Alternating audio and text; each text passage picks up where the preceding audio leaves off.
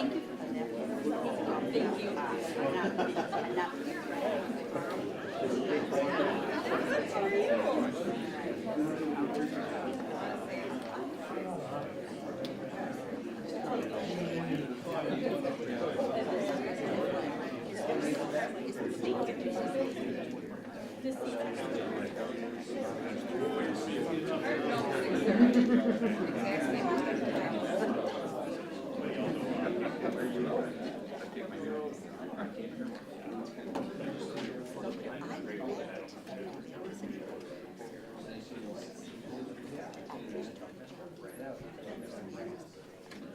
Good evening, everyone.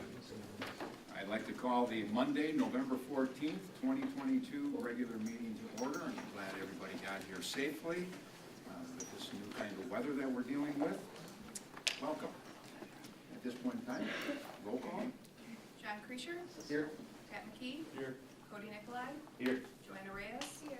Corey Sillers. Here. Lance Trollop. Here. Karen Vandenberg. Here. Lee Webster. Here. Jim Boucher. Here. We could stand for the Pledge of Allegiance. I pledge allegiance to the flag of the United States of America and to the republic for which it stands, one nation, under God, indivisible, with liberty and justice for all. It is the mission of the Wausau School District to advocate to advance student learning, achievement, and success. And with that, we're going to be giving a commendation tonight, and we're going to deal with that right now. We're very excited about that opportunity to bring people together that have already done great things for the Wausau School District and our students. So with that, all year long, nominations are open for board resolution of commendation. It recognizes students, staff who have brought honor upon themselves into the district through outstanding achievement and or community service. Jennifer Moore, a library media specialist at Hewitt, Texas Elementary School and Thomas Jefferson Elementary, and Tanya Strandberg Bauer, a library media specialist at Grant Elementary School and John Marshall Elementary School, have received the nationally recognized PBS Media Literacy Educator Certification, and they are nominated tonight to receive the board resolution of commendation. To gain certification, both earned 8 micro-credentials demonstrating expertise and dedication to teaching students to produce media that matters and to think critically about their role as media consumers. Each received a certificate from PBS, a badge that can be included in their professional and social media profiles and email signature, as well as future opportunities to collaborate with PBS Wisconsin Education. Congratulations, Jennifer and Tanya. And that's an applause.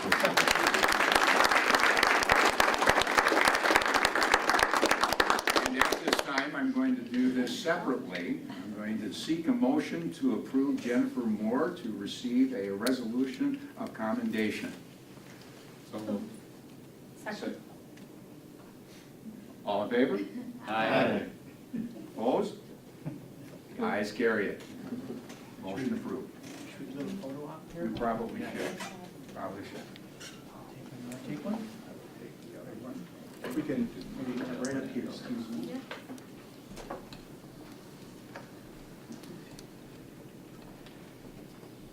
See, you are, that one be first. This one be first, their names. Okay, where's the photo hump gonna take? Here? Okay. Excuse me.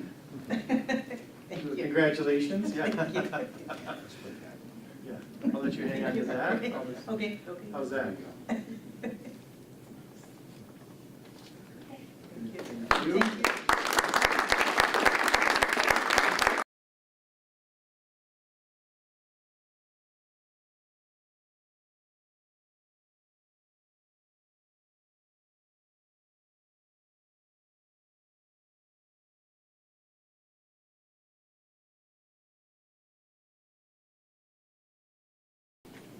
Well done.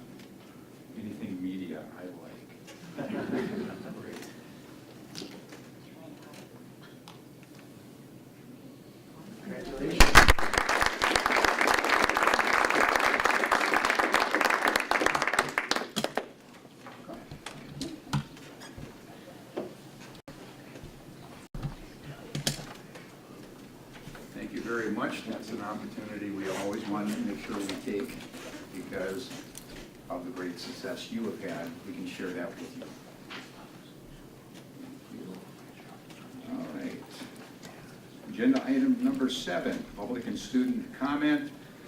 With that, I would like to recognize speakers and students who wish to make public comments. But before we do, here are a couple of reminders.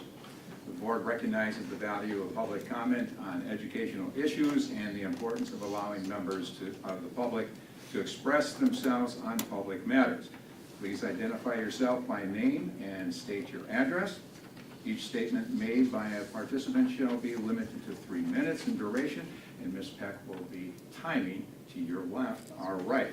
Speakers shall direct all comments to the board and not to staff or other participants. Public comments may not identify specific personnel or students by name or through the use of sufficiently detailed description so as to identify the individual staff or student. With that, our first person is Savannah Hoffmeister. Would you like me to sit up here and speak? Yeah, if you Up would, here, please. and I believe the mic is on. Yes.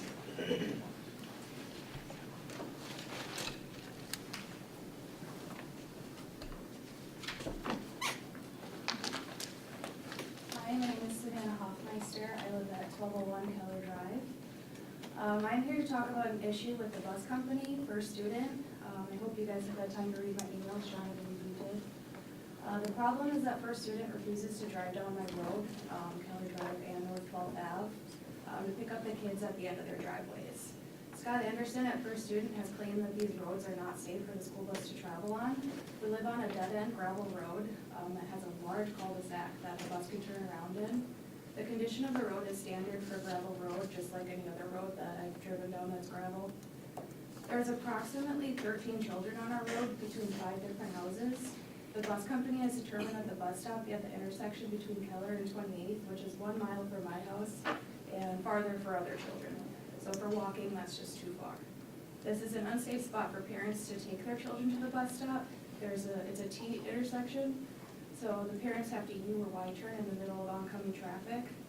I have voiced these issues to Scott and the Village of Maine board members. Scott told me through email that he had safety inspectors review the road and they deemed the road unsafe. When I asked him what exactly was unsafe and to please show me the safety report, he quit responding to my emails. The Village of Maine president, Betty Honish, was shocked to hear about this decision since the bus has always come down our road in the past. She has tried emailing and calling Scott, resulting in little to no answers. With no safety report, the village can't help solve the problem because as far as they and everyone else is concerned, the road is perfectly safe and managed well. The last email Scott sent to Betty said that the reasoning is due to driver refusal and he did not mention the road condition at all. 2 drivers had told me that they had no issue coming down the road, but they were not allowed to. To me, it seems that he is changing his story to back up his decision instead of simply just changing his mind. What I need from the school board is to help me and other parents achieve our goal of having our children picked up and dropped off at the end of their driveways. If for whatever reason it is a safety issue, I need to know what it is so that the village can help fix it. I want to know why the bus has come down our road for 30 plus years and now refuses. The bus came down 2 years ago with no problem at all.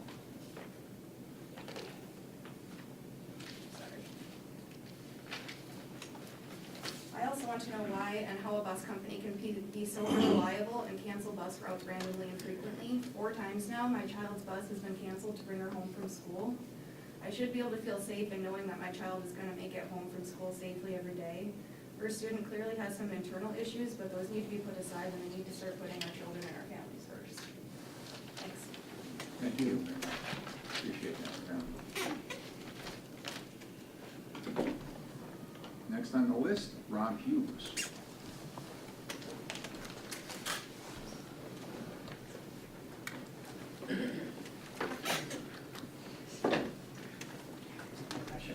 Intimidating. Okay. Hello, my name is Rob Hughes. I've been a teacher in the district for 23 years. I've been very blessed. Never dreamed that I would have these opportunities. When I grew up, we were poor. We were in low-income housing. And a couple of years, people brought food and Christmas presents to our house. And always on my heart to give back. And so 7 years ago, I started a turkey drive and a ham drive. And at first I was told no, and I get it because I was told there's a lot of other fundraisers going on, and you're gonna ask for money, and people are gonna trust that you're gonna, and then the teachers union actually said, well, we'll support you. And now we're 7 years later, and we're at 24 Wausau DC Everest schools, Women's Community Center, Neighbors Place, Salvation Army, and basically what I do is I ask the schools, what do you need? And it's really just a faith project, because then I ask my friends to give money, and then I ask teachers to give money, and community members, and really the whole project is strangers helping strangers, just like when I was young. It's really a beautiful thing. This year I was very blessed, many reasons. We raised, when I say we, anybody who donated, I think your family donated, and I know other people have donated, and I see people in the crowd that have donated. And when I say we, anybody who donated, you're part of this we. We've raised $17,000, and we're going to buy almost 1,000 hams and turkeys. And this Thursday from 2:30 to 5:30, we're going to, the schools are going to come and pick them up. And those are really the angels, because they're doing what people did for me. And I come tonight also, really the reason I saw the email, and I saw the thing, I'm sorry to get back to you, you emailed Friday, how's it going? And it's things like that. Every year I say, oh man, it's really stressful, can I pay this bill? I talk to my wife, I'm like, I don't know, started out slow this year. And but it's like when you send out the email, and it gives me credibility, and it's not just somebody you trust the guy because you're backed by somebody. And I keep telling my wife too, at the end of every year, I say, as long as people contribute or are willing to support it, I'll keep organizing it. This is a really good, it's a good thing, of course, and I've just been really blessed, and I'm very thankful. And in the past, I know a lot of people have donated, and it's just a neat thing. So I'm here to say thank you for backing me, because it's things like that inspire me to keep going. And then just in closing, K-Tech did a huge raffle. Peyton's Promise kicked in a whole bunch. DC Everest kicked in a couple grand. So it really is, it's hard to walk away. And just really quick, if I could just finish. And I was talking to my buddy this week, and I said, every year I say, I don't know if I'm doing this again. And then he said, surround yourself with people who make you better, who challenge you to be better. Because he said, Rob, if you don't do it, it's probably not going to happen. So just thank you, and thank you to people who contributed, and I appreciate it, and thank you. Thank you. Thanks for your effort.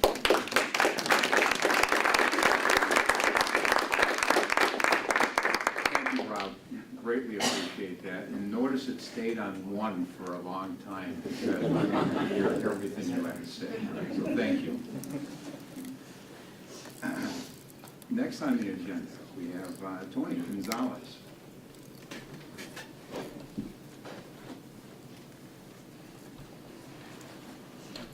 Hello. Well, good evening, everybody. I really kind of signed up by accident because I thought it was a concept to you guys. This is the first time I've come to one of these board meetings, but I guess I'll take the opportunity to thank the board and the school for the opportunity that they're giving me to be here, not just as Tony Gonzalez, but representing the Hispanic community. I think this outreach is huge, so we can really make some progress, both for our community and for the Hispanic community and the community in general. So might as well take this opportunity. I guess the instructions were in Spanish, so I messed them up. Yeah, to really thank and really tell you that there's a community out there that is really looking to integrate and get more involved with the school. And I feel honored to be a part of representing them and knowing this board and knowing the interest that has been really shown to make sure that everybody is involved in any process that we're going forth here with the Wausau School District. So thank you very much. Thank you. Thank you, Tony. Knowing you for years, Tony, I know you have everybody is in your heart. You bet. Thank you. Thank you, people, for speaking to us. We appreciate that. Agenda item number 8, we're going to move on into approving the consent agenda of appointments, separations, leaves of absence, retirements, minutes, payment of bills, and donations. And specifically, the donations this month: the Incredible Bank, 3M, Quick Trip, Shu Zhang, an anonymous donor, Knights of Columbus, Maine Lions, the Matthias family, Wisconsin State Council, Knights of Columbus, UMR, Cheryl Jones with Forest Park Village, and Wendy Mergendahl. I'm seeking a motion to approve the consent agenda with great gratitude for donations to the district. So moved. Second. All in favor? Aye. Opposed? Ayes have it. Old and recurring business. Student demographic report was given to us in October at the October Education Operations Committee meeting. John Udine presented the 2022-2023 student demographic report. Is there any additional items, Dr. Heltz, to this? Nothing to add unless there's questions. Any questions to follow up on what was told to us at that time? If not, we'll continue to move on. Item number 2, legal expense summary for first quarter. At the October Education Operations Committee meeting, Chief Finance and Business Services Officer Bob Tess presented a summary report presenting all legal counsel expenses incurred during the first quarter of 2022 and 2023. The report is broken down by law firm and by type of legal advice sought. This is a written report that requires no action. And is there anything to add to that? Yes, if not, I'll continue on to number 3. Referendum bidding process update at the October Education Operations Committee meeting. Chief Finance and Business Services Officer Bob Tess and Nexus Site Project Manager Nick Anderson reviewed the design, approval, and bidding process that was agreed to, using Stettin Elementary as an example. Added to the presentation for the November board meeting is a slide towards the end that previews the budget summary report. So with that, I'll turn it over to you, and then I believe from the board perspective, there will be some questions. Thank you. Typically, when we bring things to the Education Operations Committee, that's when the thorough discussion happens, and when we bring it to the full board, it goes pretty quickly. The demographic report, the legal summary are examples of that. This particular agenda item is a little bit different, and this slide is the new one that I inserted. A couple of weeks ago when I was here, I shared with you that in December, you're gonna start to routinely see budget updates and some more pictures of some of the action happening in some of our buildings. So what you see here, this was in board book last week, so maybe you reviewed it already, but you're gonna see an original budget in gray, and many of those numbers stayed gray because we really haven't started the design work. Some of those numbers develop and they change a little bit when we start doing the actual design work. Now, the gray numbers are based on square footage, conceptual designs that we shared there in the referendum. During the process of the referendum, a lot of times you don't have the energy, the time, the resources, the money to do full-on designs.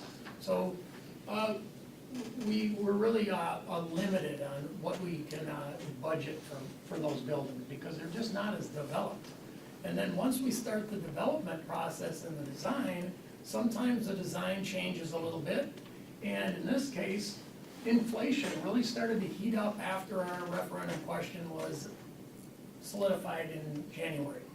If we go with the 12 months preceding when the referendum question was established, the CPI was 4.69%. We knew inflation was steep.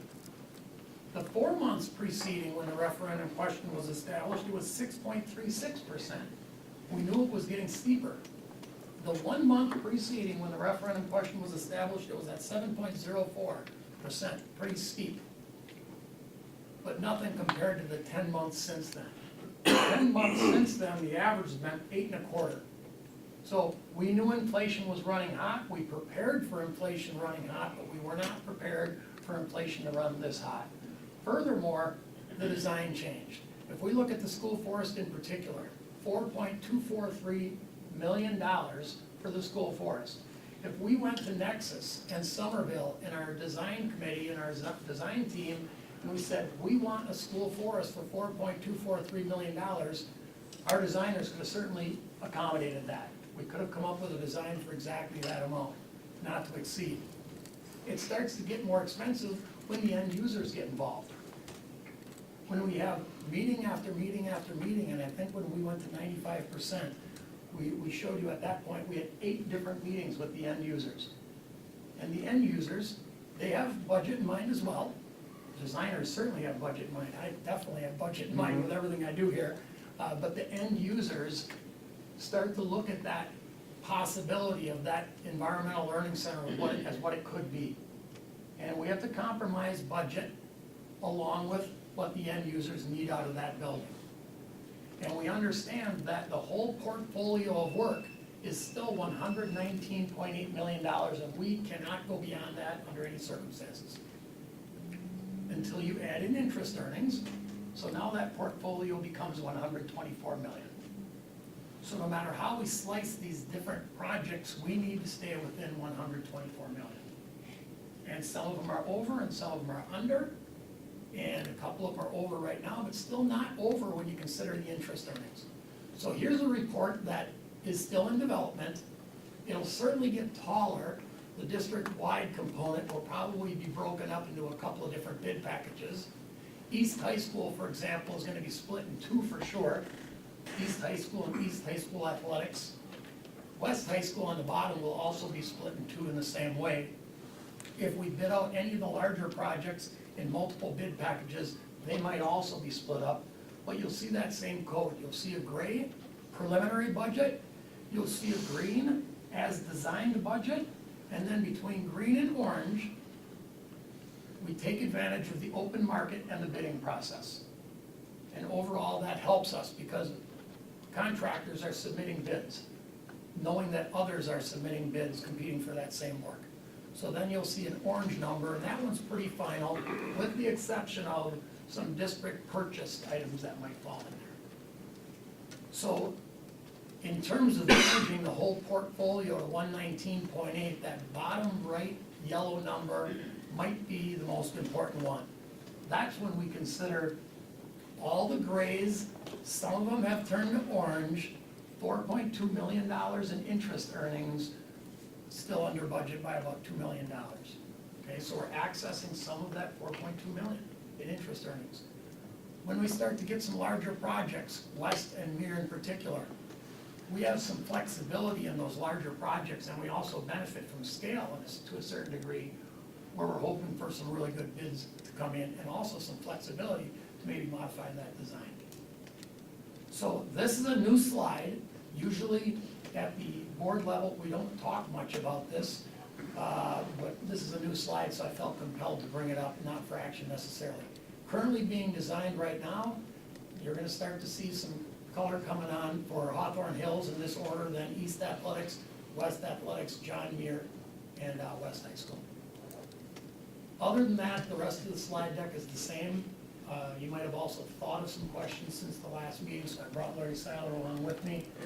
And of course, Dr. Hiltz is here too. He's been involved in a lot of this. I don't know if anybody else in the crowd has been in the design meetings, but that's it for my prepared I remarks. open up the questions from the board. I've got a couple, President Boucher. Bob, when I'm looking at those numbers, of course, the school forest, one jumps out from original budget to bid budget, we're 29% over right out of the gate. And we're saying that, or what I'm hearing is that that is end user impact as they've gotten involved in the design. From gray to green, yes. The users, a lot of them, develop the design of the building. We have professional help. We have Somerville and we have Nexus in particular, and some other site designers and some other engineers. So from gray to green, it was a little bit of inflation, but what we wanted the building to be, okay? And end users drive what we want the building to be.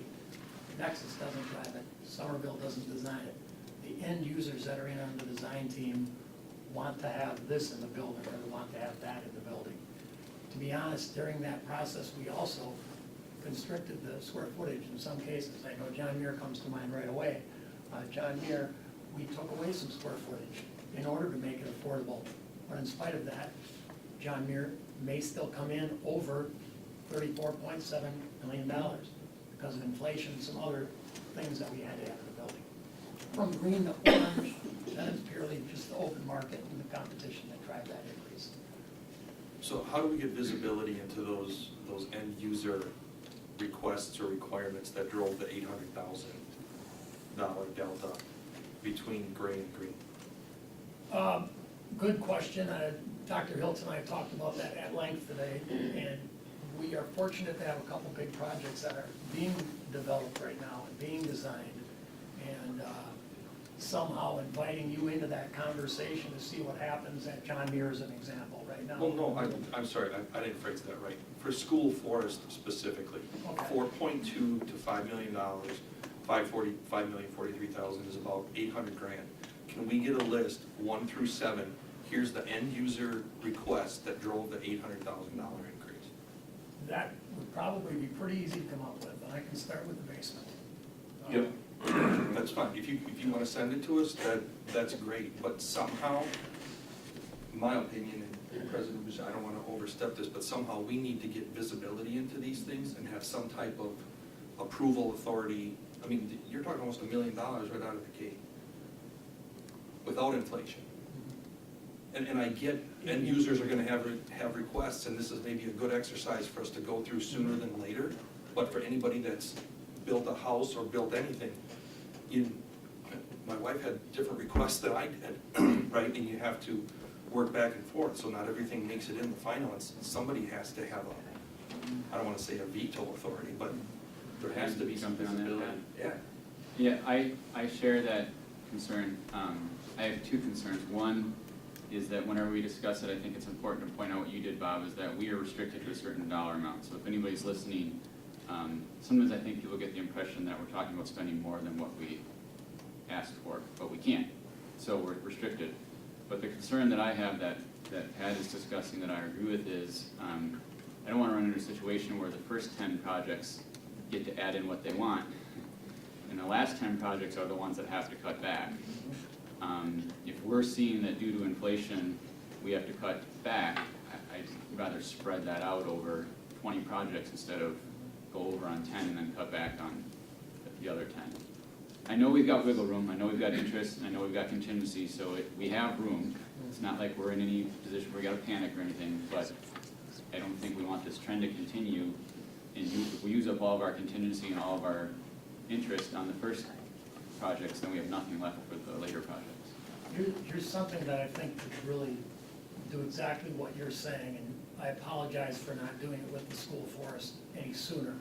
But when we met a couple of Mondays ago, I believe, we talked about at 95%, because at 50% you don't take action necessarily, but at 95% you do. At 95%, we will have that green number. And at 95%, you'll see that green number, and at that point, we're gonna do it retroactively with the ones that are already green. But at that point, we're gonna bring to you not only the difference between original budget and design budget, but what caused that difference. And there might be an inflationary component to it, but it's not gonna be all inflationary. It's gonna be, we added a basement, we did some grading to prepare for an amphitheater outside that's gonna be donated by a third party. We did some other things that caused it to go up, and then you'll know that when you vote to send it to bid. My apologies for not bringing that to you earlier for the school forest. We brought it up as part of the Riverview discussion, as a matter of fact, because the Riverview one did end up going up quite a bit. Not from gray to green necessarily, from green to orange, because we got some bidding anomalies because it was a smaller project and some other things. So I think going forward, we've got a process that's gonna do that. Retroactively, I think we can pull together some list of, and some dollar amounts for what has caused those green ones to go over. And then the light green one up there, I can't forget about that one. let's remember to mention that Yeah. before we move on, but I won't address any questions. And quite honestly, through that process, I mean, I don't know that it's necessarily fair to pit you against all the other administrators, right? You're being the guy that says, we want these 10 other things, and Bob's like, no, you can't have any of those. Part of our job is to be the bad guy in that equation, right? I mean, you have to work with everybody, so do we, but at the end of the day, we're the ones that are accountable for this. So I would have no problem with the board assuming that role if and when it's needed. Yeah, I appreciate that, because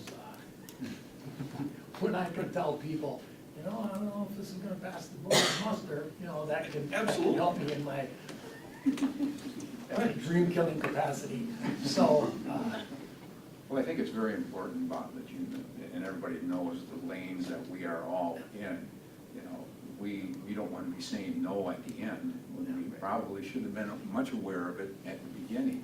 And as Lance pointed out, I think that's our biggest concern, is that as things increase right now, and you're looking at CPI going from 6.1 now up to 8.25, I mean, we're at that point where we couldn't really get nailed at the end and wouldn't be able to do what we wanted to do at that time.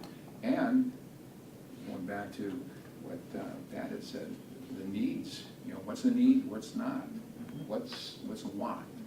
I had a heck of a lot of wants when I built my house. The reality of the dollar set in, so. Other questions? So I just have a comment. I think also to know what the end user impact on the price is, if we have constituents that are asking us why that difference, we want to have answers for them, because we do answer to them. So I would also like to see more information on that, just because watching the county board, they're nitpicking every dollar and cent, trying to cut that spending. So for us, I'd like to have answers when I am asked, why is that such a large dollar amount? understood. Thank you.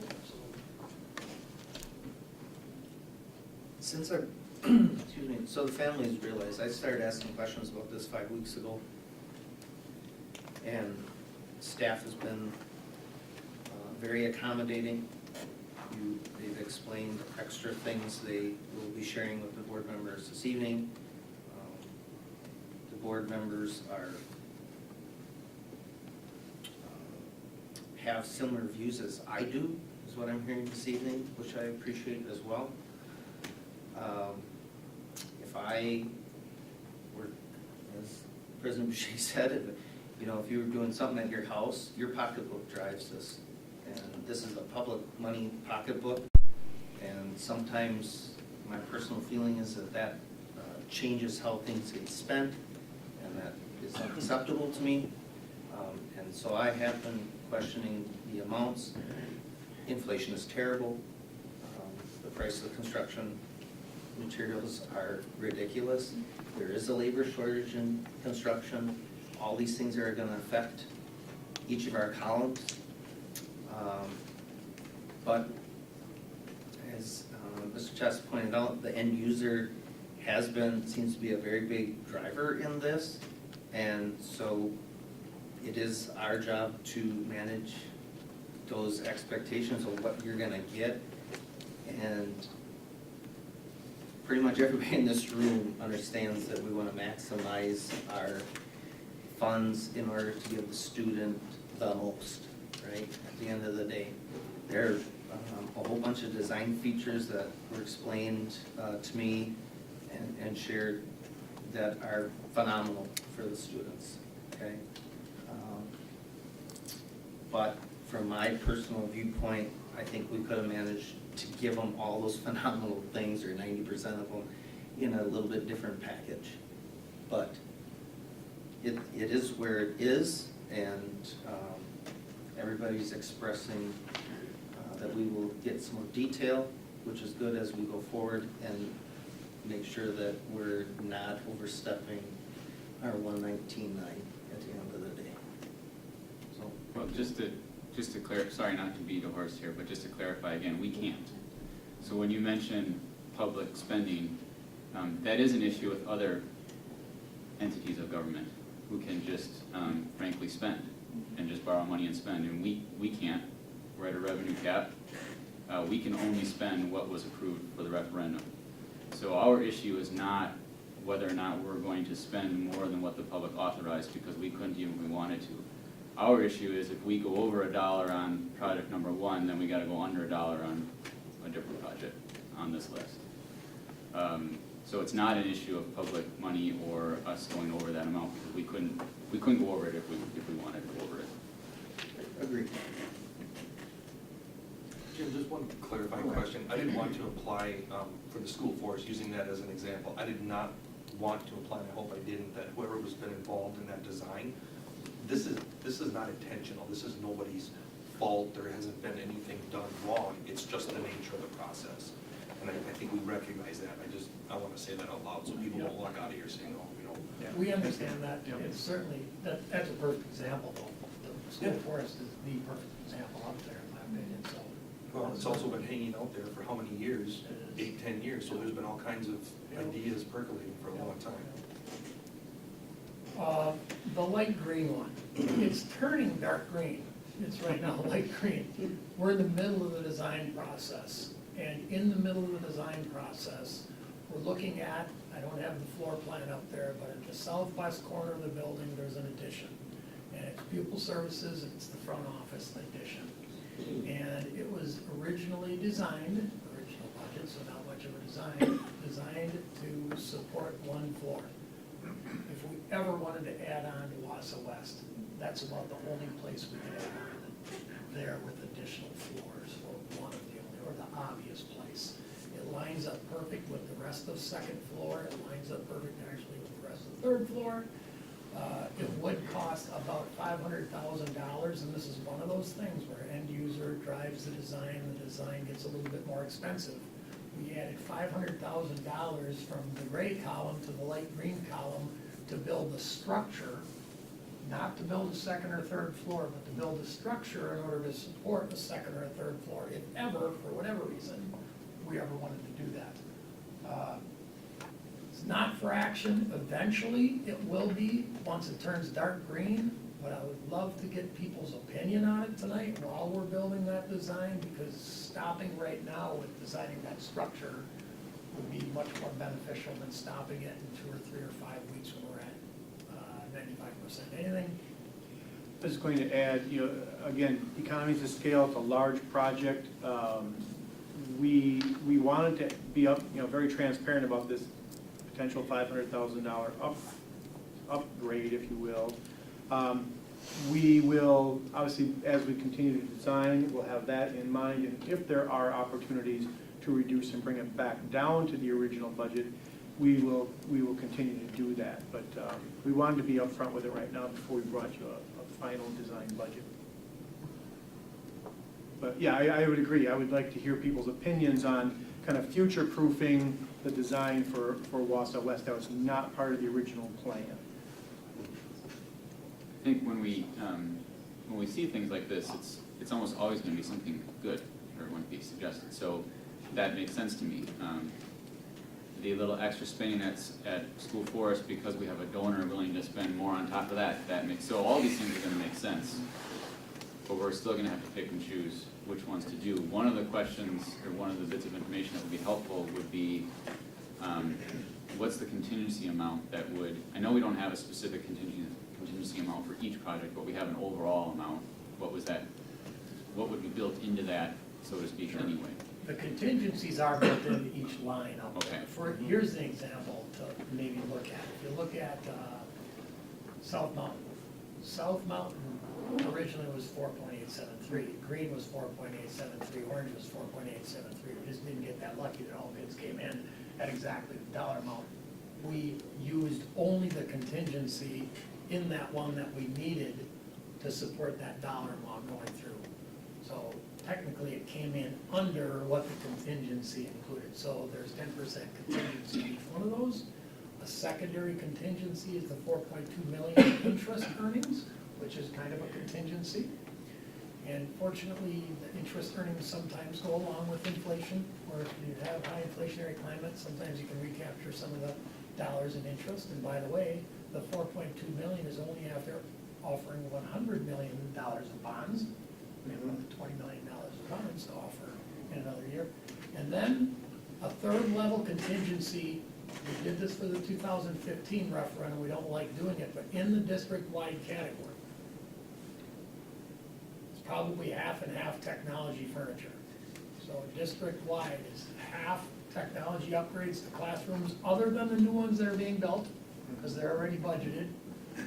Technology upgrades to existing classrooms, furniture upgrades to existing classrooms. Could that ultimately be leveraged as a third level contingency, especially if you were going to referendum again for elementary, or going to, because remember, last January, you asked me to build the debt structure for this one if we were to pass, to expect another referendum eventually and build in that opportunity. So if you were far enough down the road, you could think about maybe compromising that district-wide total and using it as another contingency. Be your decision to make though, right? Your decision. Yeah, I think that's a good point. I think putting it on us is the way to go, so that we decide, okay, we do or we don't think planning west for the future is worth taking $500,000 off that district-wide, you know, I mean, if it doesn't happen exactly like that, but trending in that direction, I think that's a good idea. Well, I think looking down the road is going to be the key. Having been involved with remodeling and building high schools in the last 20-some years, I know the fact that sometimes people can get short-sighted. I like the idea that you're looking down the road. Are there going to be other construction possibilities at West? Is there something we have to do before we can even talk about that? Because then, if we were to do what we're going to do without thinking down the road, it's going to cost us a lot more when we get down the road. And so I appreciate the fact, but these are the reasons why we're asking the questions. You know, do we continue to go down that road in that fashion? And we need to be aware of all of that. And it's not like we're trying to make your decisions administratively. We're trying to give guidance to you so that we can make a leveraged, good decision when the time comes. That's certainly appreciated. So my question about West End would be, so this wasn't in the original budget. What prompted the potential change? Like, was it demographics? Was it someone looking at enrollment, saying this is where the growth is going to be? I think we can understand the rationale. Yeah, I think there's two pieces that contribute. One is just, you know, the growth that we know is happening to the west. That's just in general, that, you know, that would be one reason. Secondly, frankly, and you'll hear it later tonight, as you know, we're having this restructuring conversation, and we're going to talk about the possibility of merging the high schools. And if that happens, one possible scenario is that West could hold 3 full grades. And so the capacity of West would be maxed out at the very least if we were to go that route. So between those two possible scenarios, that's what prompted the recommendation. I'm going to share that, I'm sure Bob remembers I told him about doing this in February. But we have to decide what, you know, what that capacity is. But Bob and I had a conversation. Yeah, and we have to let I'm glad everybody else thought it was a cool idea too. Yeah, and we have to let the conversation progress a little bit. Right. And you know, now we're you know, there's some opportunities in that area, so yeah, agreed. Other questions? This is a Q&A for all of us. Actually, Bob, how long do we have then as a group before you're gonna get closer to the dark green? That it's gonna matter whether we put the foundation in or not? With West, we're at that point, right? We're at that point where the design is proceeding far enough along where they need to know, are the structural engineers preparing for this building or that building? We said we'd bring it to you, and if we heard no resistance, we'd call them tomorrow and say move forward with the engineer structure, so to speak. So we're at that point with West, even though I don't think the last one listed up there, the last 50%, I think it's scheduled to come after Christmas even. And the Yeah, West John 95%, quite a while after So we still have a lot of work to do with West. John Muir's 50% is mid-December, Okay. and West hasn't started yet, so we got a ways. So if we're talking specifically about Wausau West, it's probably better to know it sooner than later because it's a lot more significant than just make the beam 10 inches instead of 8 inches. A second floor requires an elevator. A second floor requires laying out the first floor differently to enable the addition of the second floor. So if we get 50, 60% down the road and say, forget the second floor, we're not doing it, we're not going there, we just regressed months from a design standpoint. You know, the other possible scenario is to literally design two parallel paths, one that anticipates the second floor and one that doesn't. But again, there's a cost associated with duplication of effort and taking a design process down two parallel paths. I can tell you that from my standpoint, if you were, and you can't right now, but if you were able to tell me this was the only thing changing in the West budget, I would say out of a $32.7 million budget, if this is the only thing that's changing and it's preparing us for the future, I would be in favor of it. My opinion might change if you come back 2 months from now and say there's also $6 million more of things that changed and went over. Now I might have to relook at it and say, well, maybe we can't afford to future-proof this thing, and we have to go back. Did this budget allow for a second elevator? Now that you brought it up, are we replacing the other one? Or does capacity require us to have a second elevator? Well, it has to do with access for handicapped accessibility In that area. in that area. In that area? So the original budget way back when did not anticipate a second floor and all the things that a second floor creates. So is the 500 just to do the structural elements, or does that include the elevator? No elevator would be put in until we actually built the second floor, but we prepare the, Make floor a tower plan for it, structure. and stuff, okay. And 500 is a nice round number, it's round because we don't have that exact number yet, but at 95%, here's gonna be my challenge, just thinking ahead, that we're gonna bring it to 95%. They're gonna be pluses and minuses, right, that might end up at 32.7, right?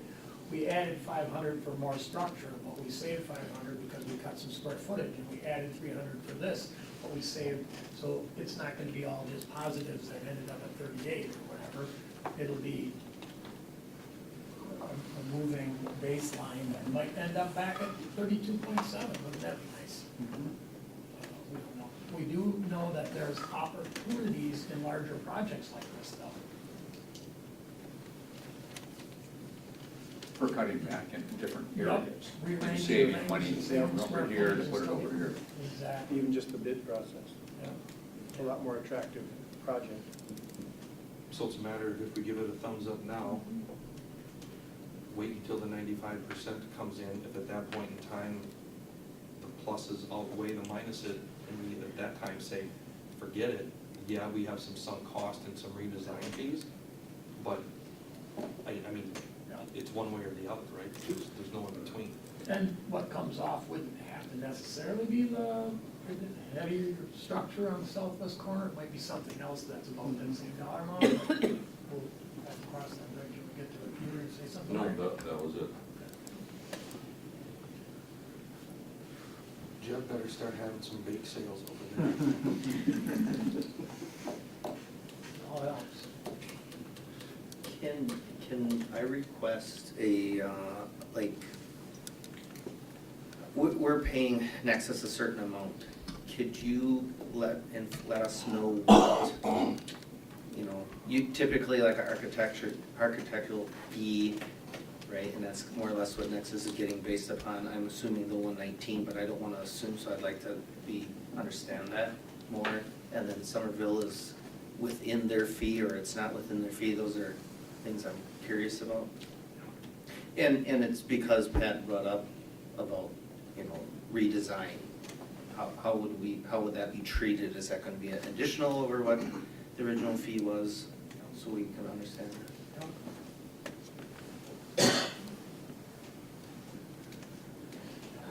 Mhm. Anything else from us? Any other questions or any directives that the board is contemplating individually? I think I would just say that I agree, obviously, with what Pat and Lance are saying in that, you know, if there's many more pluses, it makes it difficult to give a thumbs up here, but without that information, I mean, I think in light of all that we know about the West growth demographics and the restructuring conversation that has been going on for a long time this summer and will more thoroughly tonight, I think it makes a lot of sense, like, from my personal opinion, to make this a yes and a go-ahead, because we wanna be proactive and not have, you know, an incredibly higher dollar amount when we have to backtrack had we not planned accordingly to the growth. So that's just what I would add. Concurring with that, change requests become very expensive. So we want to make sure that when we do move forward, we're not doing a lot of changing after that. Because that can pile up and take a lot away from the contingency as we look at things going down the road. So, all right. If there are no other questions, let us continue to move on. All right. At the October Education Operations Committee meeting,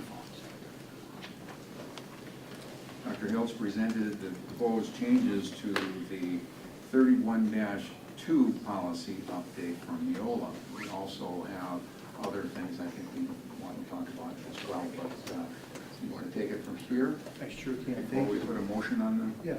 So, yeah, we went, in October, we went through each policy. Board members had the opportunity to, you know, ask questions, make suggestions. We did have that opportunity. So I guess tonight, we would just entertain any questions. Otherwise, I guess I would recommend we would, you know, pass these as a full slate, pulling anything that any board member would be interested in exploring further. Let me put the motion out there, and then we'll have a discussion. I'm seeking a motion to approve the attached Neola policies as presented. So moved. Second. Okay. Discussion. Any comments from the board? I just have, I guess, a question for clarification. Do we have, I'll call it membership, or do we pay some kind of fee to use these guys to? We do. It's And then by going with their suggestions, we have some sort of legal protection, is that right? correct. If we don't change their suggestions. Right. And that's a key point. Yes. That's a key point. And we do have, they give us suggestions, and we can change or roll differently than that, but as Lance pointed out, the coverage isn't there then. My comment would be this, with policies, as we're looking, I don't want to be the grammar cop here, but I am going to state that I'd like to see our policies and administrative directives identifying antecedent pronoun correctiveness. And if we could get that in place, and as we see those things, the agreement has always been kind of close to my heart that we have those things. So I would say that the administrative team, once they identify there needs to be some grammar checks and corrections, that we allow them to make those corrections because it would be the appropriate thing to do. Any discussion point from that? No, and it's, if it's not substantive, it doesn't require board action, so administration always has the authority to make, you know, grammar and typo and stuff like that. So if anybody sees something while they're reading through it, you don't need to have a board meeting or a board discussion. You can just let administration know and they can directly change those. Absolutely. Thank you. Any other questions? If not, all in favor? Aye. Opposed? Motion carries. Number 5, we have middle school update. Middle school principals, Dr. Galligan and Dr. Phelps, will update the board on staff feedback related to grading and instructional practices, including the decision to continue with traditional report card grading. Perfect intro. Dr. Zinn? Yeah. Thanks for having us. Last time we were here as middle school principals was in August, where we talked about a few things middle school. One of those that there were a lot of questions and asked for more feedback on was standards-based grading and our grading practices in the middle school. So we're here tonight to give you updates, specifically updates on a staff survey that we gave to our staff last month, and then also update with our next steps. But I think before we go into those staff survey results, we want to review why we went into this conversation in the first place.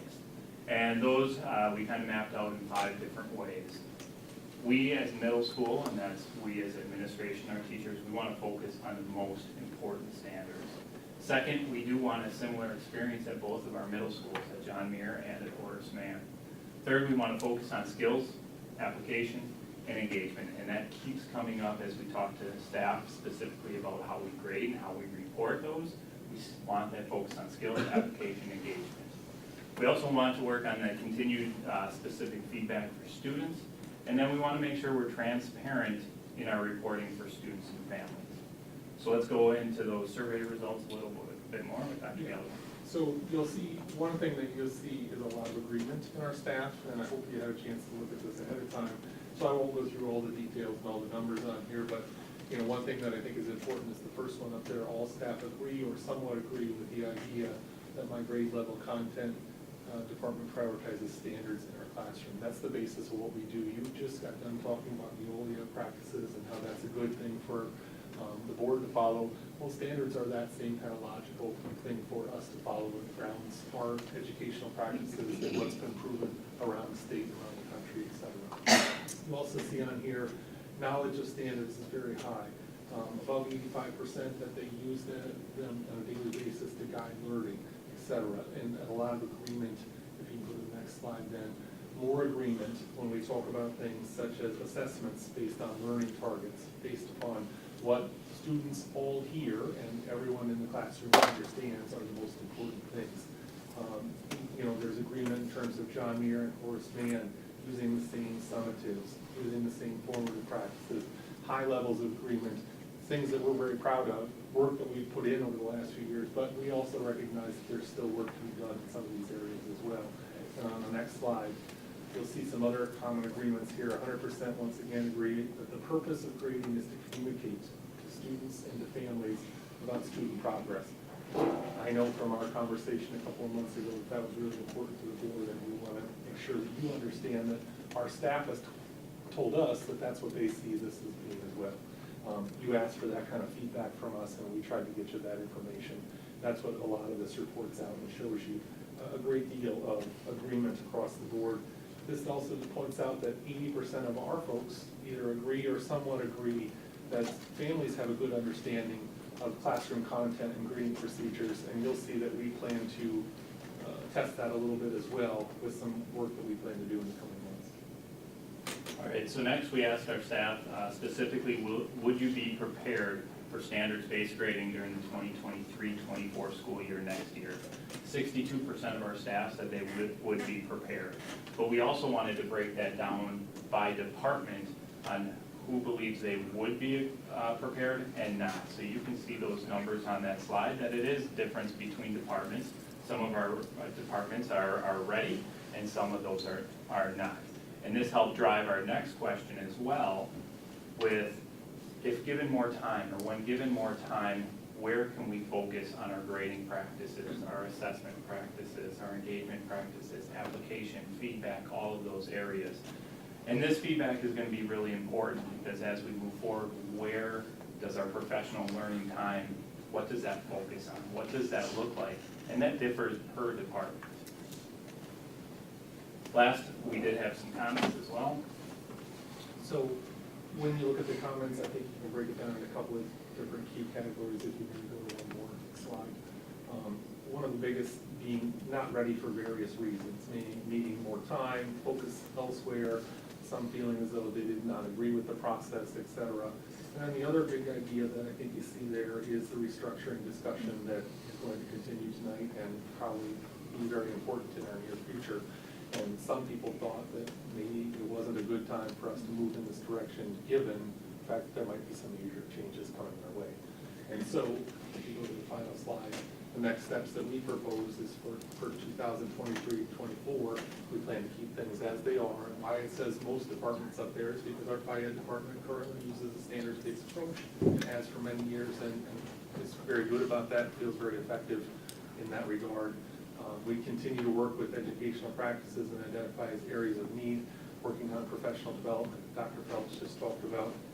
We do plan to get communication out to family and get some feedback in a survey very similar to what we gave our staff, and try and find out what our families feel, what their thoughts are on our grading practices, and where they think their knowledge is of that, to kind of verify, to see if our staff is correct and that they understand those things, or if we have work to do there. And then, of course, to allow the restructuring conversation to continue, because that's going to be very meaningful work. Questions?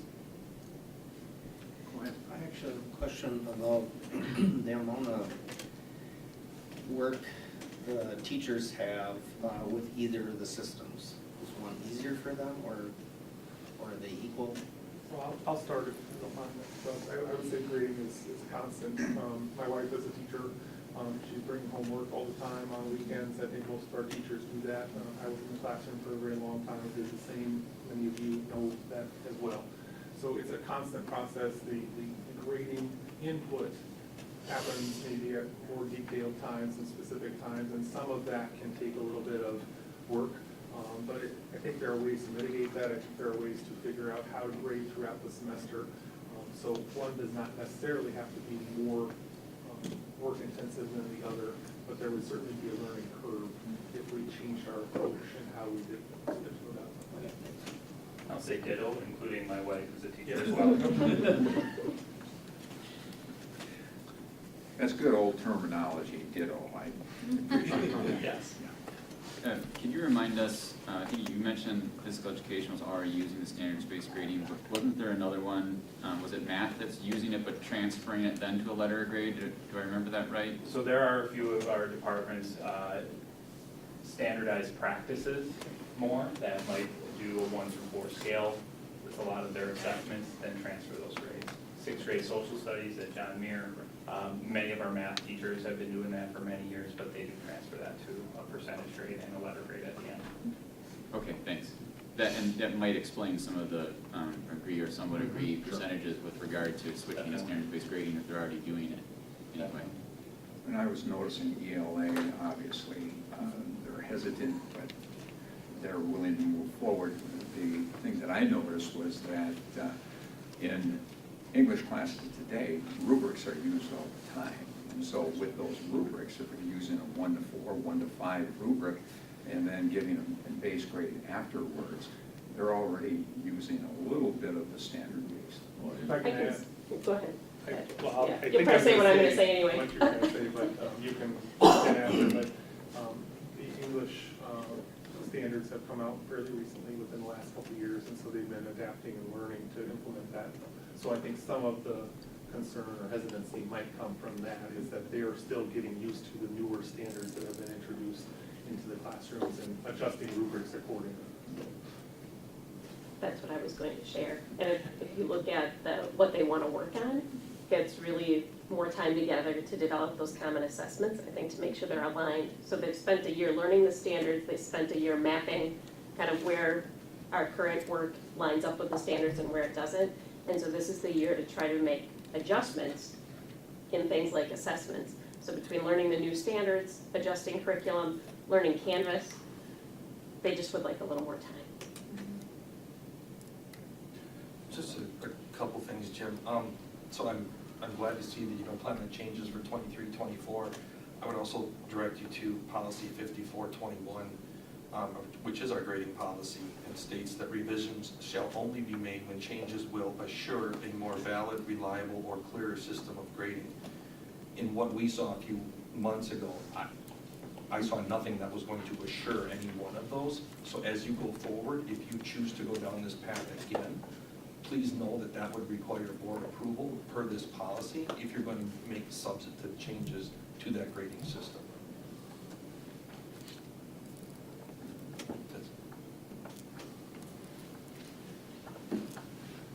another item that you guys talked about when you were here is some of the time management with the students in the middle school and how much time is being spent in some classes versus others. And I don't know if you guys had any further conversations, but I guess I'd be curious, you know, as we go forward throughout the school year, if you guys have more conversations about that and whether or not any possible changes are being considered. Because obviously student achievement, I think, is the ultimate goal here, whether through grading or time management, and especially learning that at that middle school level is very important for these kids. I have 3 middle schoolers right now, so they're learning time management. Well, certainly my ones that are in 6th grade right now, so. Yeah, one of the other things that we presented on when we were here in August was the middle school schedule time. So that's a good point on that one. We decided after that time, and as the restructuring conversation took place, to also move that back a little bit. We had a committee look at some certain schedules this summer, so we have all that work in place to review those and move forward with some of those discussions in the near future. I just want to thank you for coming and bringing this increased information for us. We did have a lot of questions last time. So I really appreciate that. I also really appreciate all of the next steps because I think they're all really great. I'm very sensitive to hearing from teachers who feel like there's so much change coming at them that it's hard to manage. And this, in light of the potential restructuring conversations in Canvas that was mentioned, curriculums that changed, you know, I think it's really great that we're just slowing it down a little bit, not gonna make the change for next year, and making sure there's some increased communication to the families that will be having to be the ones who really understand this new process if that's the decision made. So just thank you for what you brought and for the next steps. I really appreciate those. Yeah, and you mentioned Canvas. Canvas was the number one. It's given more time. When given more time, Canvas, Right. our learning management system. Right. And the other thing would be priorities too. I mean, I recall the document that you had shared about reasons why families had left the district. There was a few things in there regarding middle schools. I think it more had to do with programming than anything. Hands-on. Yeah, exactly, hands-on stuff.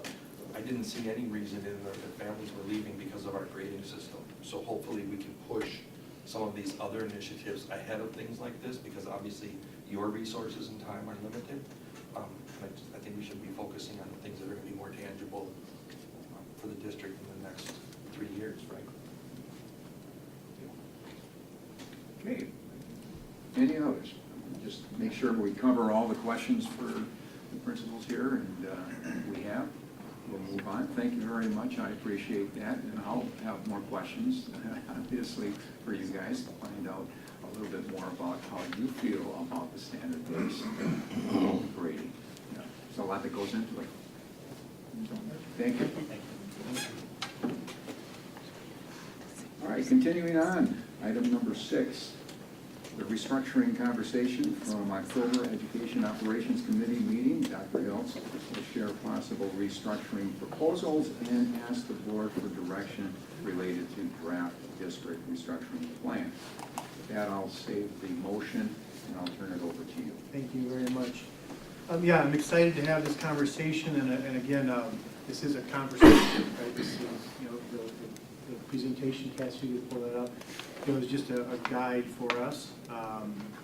We do have some guests that are going to speak with us tonight as well. So, yeah, let's get started. If you want to go to the next slide, Cassie. Always start with our why, right? And this is about improving service to our students and our families. It's about improving work conditions for our staff. It's about addressing some of these ongoing and systemic concerns. You want to go to the next one?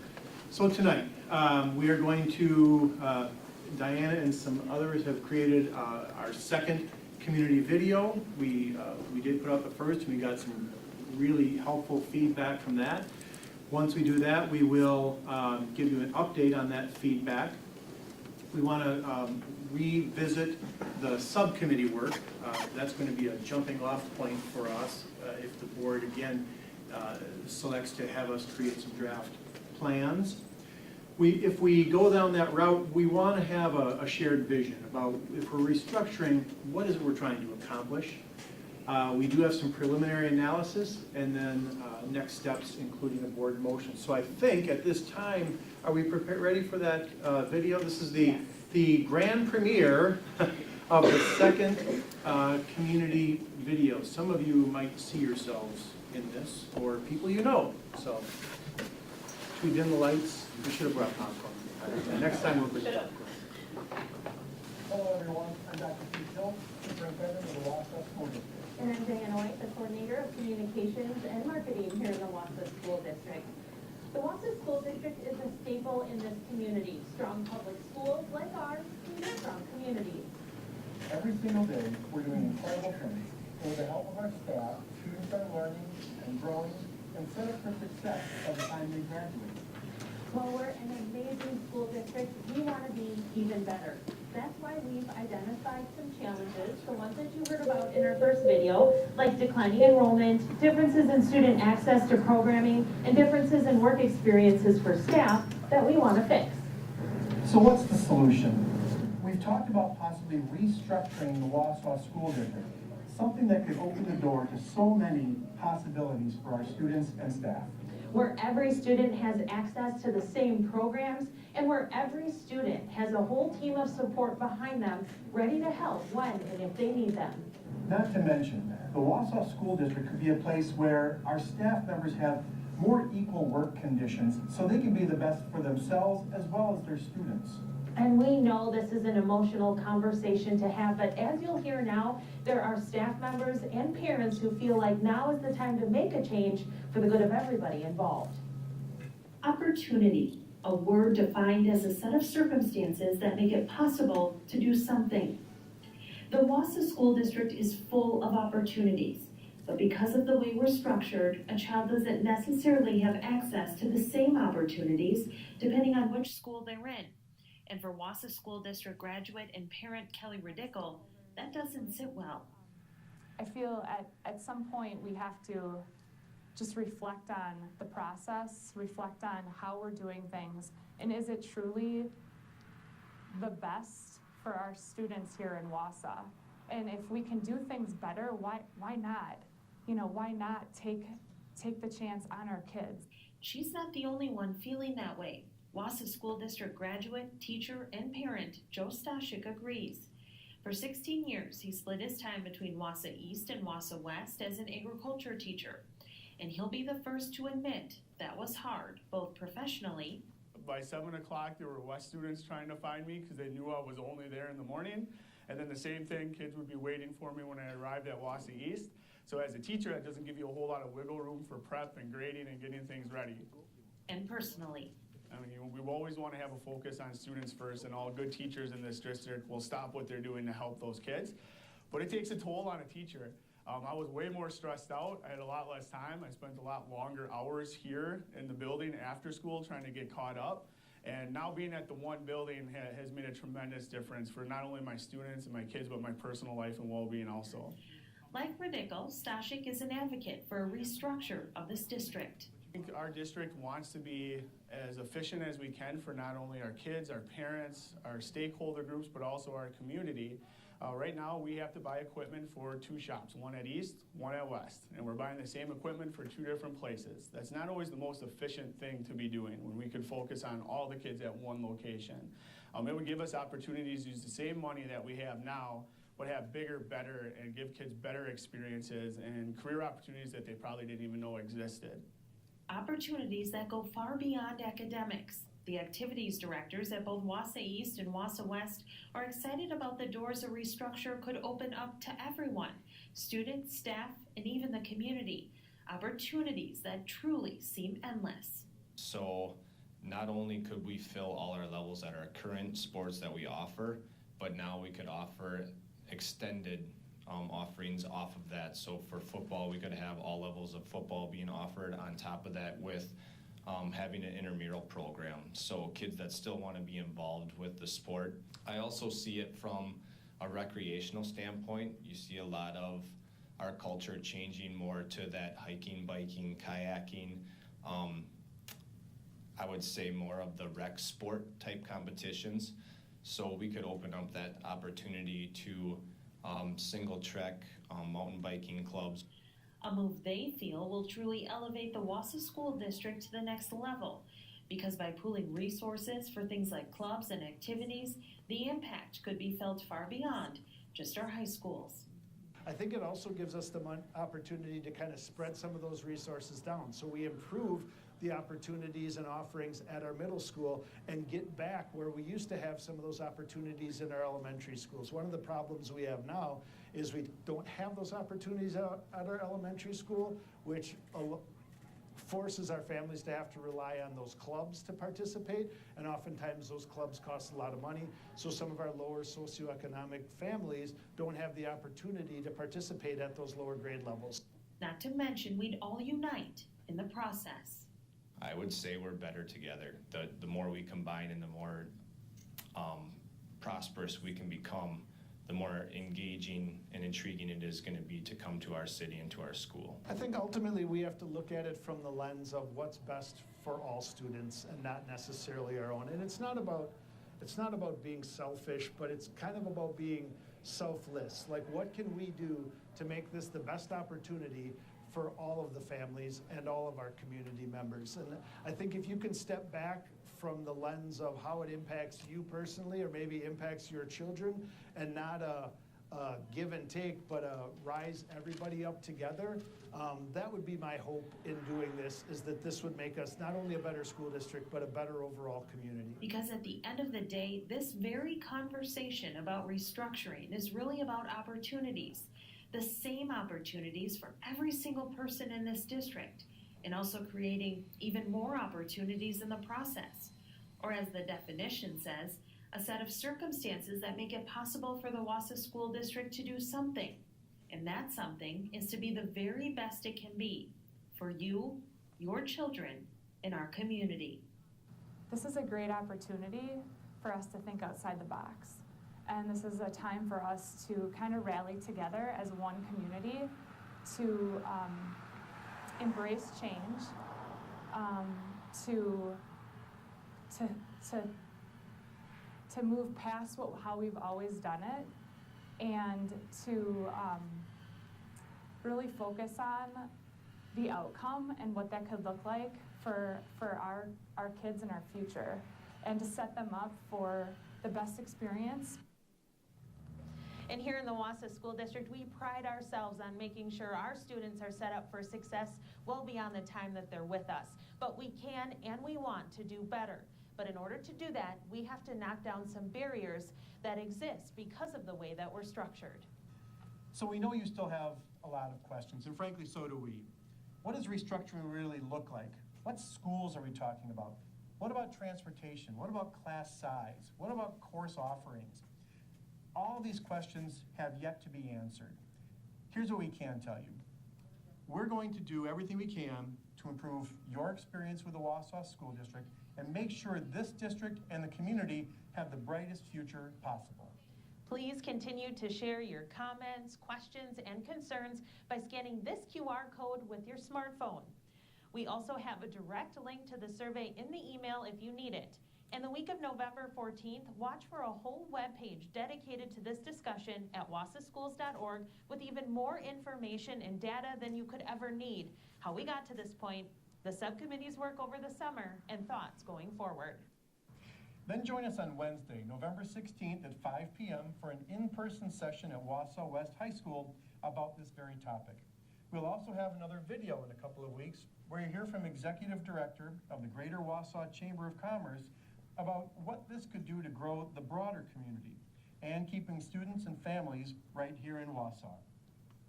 Again, thank you for taking the time to be informed about this topic. Thank you for tuning into this video. Take care, everybody.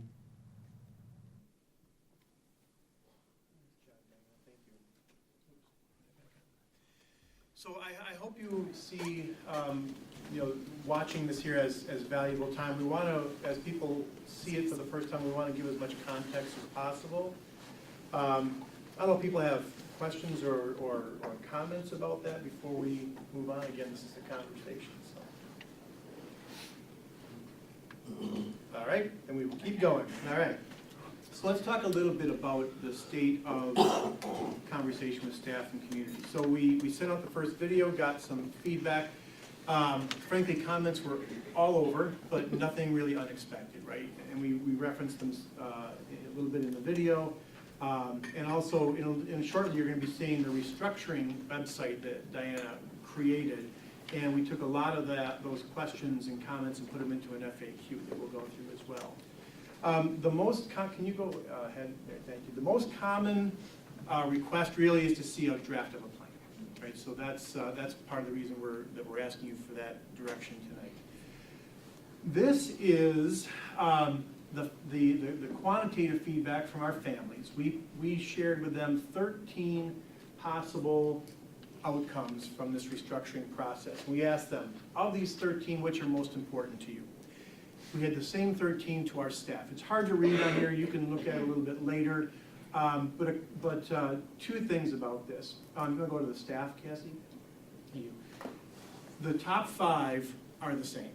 They're slightly different order, but our staff and our families agree on the top 5, and I'll summarize those for you in a second. Before we do that, it's important to note also that while some of these maybe only had 40, 50, 60 responses, to some segment of our staff or our community, everything on here was a top 5 priority. So they're all important, but we can use these as prioritized outcomes to analyze any draft models. I'm going to go to the next one. These are the top 5. Support students, right? Give them better experiences, balance those staff work experiences, cost savings and efficiencies, and those consistent class sizes. Those are the top 5 across both major groups of stakeholders. So that's good news. We don't have competing interests, right? So now that's kind of where the conversation has gotten us to. That's our video. That's our conversation with the staff and the community. Excuse me. Before we asked the board to move this forward, we thought, let's go back and review the work of the subcommittee. Many of you are on those subcommittees, and so I hope you will engage in this conversation as well. But I think to start, is the next slide the restructuring website. Diana, would you care to, again, this is the first time this has been opened as well. We've had it, she's been working on it for weeks, really months. And we, again, wanted to have some conversation, some context around this website. So Diana, you want to show them your work? Absolutely. Thank you, Dr. Hiltz, and thank you, board, for this opportunity to be here and show you what we call the future of the Wausau School District webpage. And really, this is designed to be that hub of information that as the community learns about this, as they ask questions, everything they could possibly want to know, our goal is that it's here and that there are opportunities for their feedback. So from a very high level, and I won't take up too much time because I know we have a lot to get to, what I really wanted to do is focus on our why. Why is the reason that we're having this conversation, which is to improve our service, but also to educate them on the Wausau School District. As you've mentioned before, there are people in the community who do not realize we have 13 elementary schools and 2 middle schools and 2 high schools. So really wanted to make that very prominent. But also, as you see here, and Cassie, thank you for scrolling through this, the challenges we're facing and to provide some data. I know that you've seen this graph before, these hard trends that our enrollment is declining. So to speak to those things and talk about some of the inconsistencies we see when it comes to student access to programming, to the inconsistent staffing we have across our schools. So if you keep scrolling, Cassie, we go through those, but then provide some more information to help the people in the community understand why these are our challenges. And here, and what I felt was important to really highlight, is that this conversation has been going on for some time, but certainly since the beginning of this year, and that when the referendum was planned, that work was intentionally pulled out to have this very conversation. And it's really a mixture of words within graphics. To know that not everybody has the time to go through and read every word, but just to provide some high-level graphics so they get the gist of the information as well. And then one thing I want to point out here, again, to that point of when did we start talking about restructuring, it's important to highlight the subcommittee's work. We're so grateful to everyone everybody who spent their summer with us to learn about these challenges, study the data. So as a subset page, I created everything somebody could want to know about the subcommittee. So if you click on that tab there, Cassie, in the upper right, just up a little bit more, yep, right there. And from a very high level view, this page is, what were the goals of the subcommittees? Who was on the subcommittees? And then here, every time that they met, if you click on one of those panels, you can actually take a look at the different meeting summaries. So high level, here's what was discussed. And then we also put the meeting presentation there as well for each of the subcommittee meetings. So this will be a great resource for those who really want to learn what was discussed in those subcommittee meetings. And then if you scroll down just a little bit more, what's next? Where did they leave off? Just to reiterate for the community, they didn't make any decisions. They really wanted to pause to have a broader conversation with our staff and our families in the community. But they did point out that there were some plans that were worth further exploration, so that's what you see here and what you'll hear about more tonight, so I won't take up too much time there. And then just two more things really that I want to point out on the original Future of the Wausau School District homepage. Those FAQs, we have them listed here, and as this conversation happens, that list is going to grow because there will be questions that come up over and over again that will be important to add, so those are there. And then just the opportunities for feedback, those 2 in-person sessions we have coming up, and then at the bottom there is a QR code as well that no matter the day, the hour, you can submit your questions, your concerns, and your thoughts with us, and we do read through every single one of those. So for the community listening and watching, please share your thoughts with us. Thank you, Diane. Yeah, I appreciate that. Questions or suggestions on the website? Diane, I've worked on that a long time. I know I've had some conversations, people say, when did this conversation start? And where is all this information? It's like, she said it's to be a really valuable resource. We hope people will use it. And we'll continue to add to it. Is there a quick link on here for some of the videos that you've created along the way? Yes, Okay. even the one that we just watched a short time ago will be added tomorrow morning, so that'll be there as well. Okay, Thank you very much. All right. So, progressing this conversation forward, we've talked about challenges. Let's talk about the vision for these potential changes. You want to go forward? First of all, we are using, and I want to reiterate what Diana said about the subcommittee work. That was a lot of time, a lot of good thinking, very creative. We want to start where they ended and build forward from there. So if we take, and we'll talk about where they ended shortly, part of the vision, if you go to the highest level possible, this is kind of what we would see. At our elementary schools, we want to build confident learners, build skills, academic skills, social skills. As they progress, as they mature, we want to continue that skill development, but now we really want to focus on exploration. 16 different possible career pathways. We would like to expose students to all of those so they know what opportunities are available to them. We think if we created a junior high, we currently don't have one, but that's one of the scenarios that we're going to look at. If we created a junior high, we feel that is a unique opportunity to really inspire kids. If they've got their academic skills, if they're confident learners, if they've explored all that's available to them, now let's inspire them and help them create a plan to achieve what it is that they're hoping to do. And at that senior high level, let's make sure they're prepared for life after high school, as we've been talking about for the last couple of years. Have a plan. What do you want to do? How are you going to get your training? How are you going to pay for it? What are some professional contacts? Really that ACP, right? That redefining ready, those two in conjunction. So at its highest level, that's kind of the progressive vision for what we're trying to do. Create those spaces for kids and staff to thrive. Go ahead. So now we'd like to talk more about these subcommittees. We've got a few subcommittee members here tonight. They'll talk about what they learned, things like that. You want to go to the next one? I'd like to start with the elementary. I'm going to give you a few slides and then I'll invite Mrs. Shell up to kind of do an overview. Again, board members who are in those committees and you think there are pertinent points to add, please do so. The elementary and the secondary, we have different visions. We talked about a little bit earlier. Number one is we will be able to meet students' needs when they need it. We do a lot of that now, but we are hindered at many times. So that's number one. Two, we will balance those staff experiences, right? We know they're differentiated across the district, we can do that. Also feel that we can offer some specialized support if we make these changes.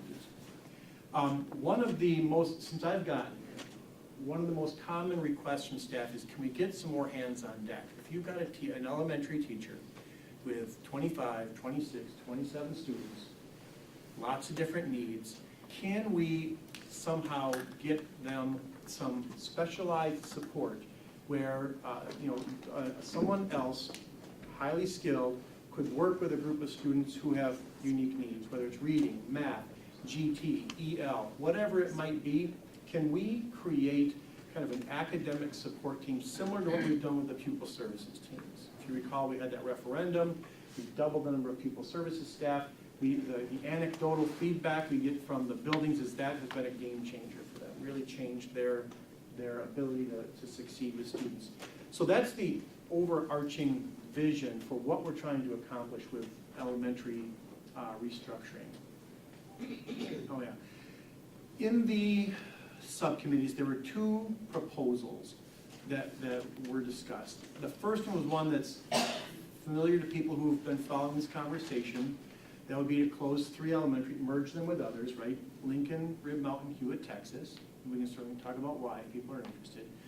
But as we had hoped, through that subcommittee process, another proposal emerged from parent members saying, hey, we had some thoughts. And so they proposed closing 5 elementary schools with another unique twist of recreating our 2 4K campuses. If you're not familiar right now, our 4Ks are embedded within our elementary schools. This would actually pull them out and create a freestanding 4K academy. So that's another option we will look at. Let me do a couple more slides before I ask Mrs. Shell to come up. This is the mechanics of how restructuring might be able to help us. And so these are the 5 schools that were kind of discussed during the subcommittee. And so what we're looking at is if the 2 schools that are together, in this case, for instance, on the top, Hewitt, Texas, and Riverview, if they were merged, you see the current number of sections, the average class size. So Hewitt, Texas has 6, average class size is 16.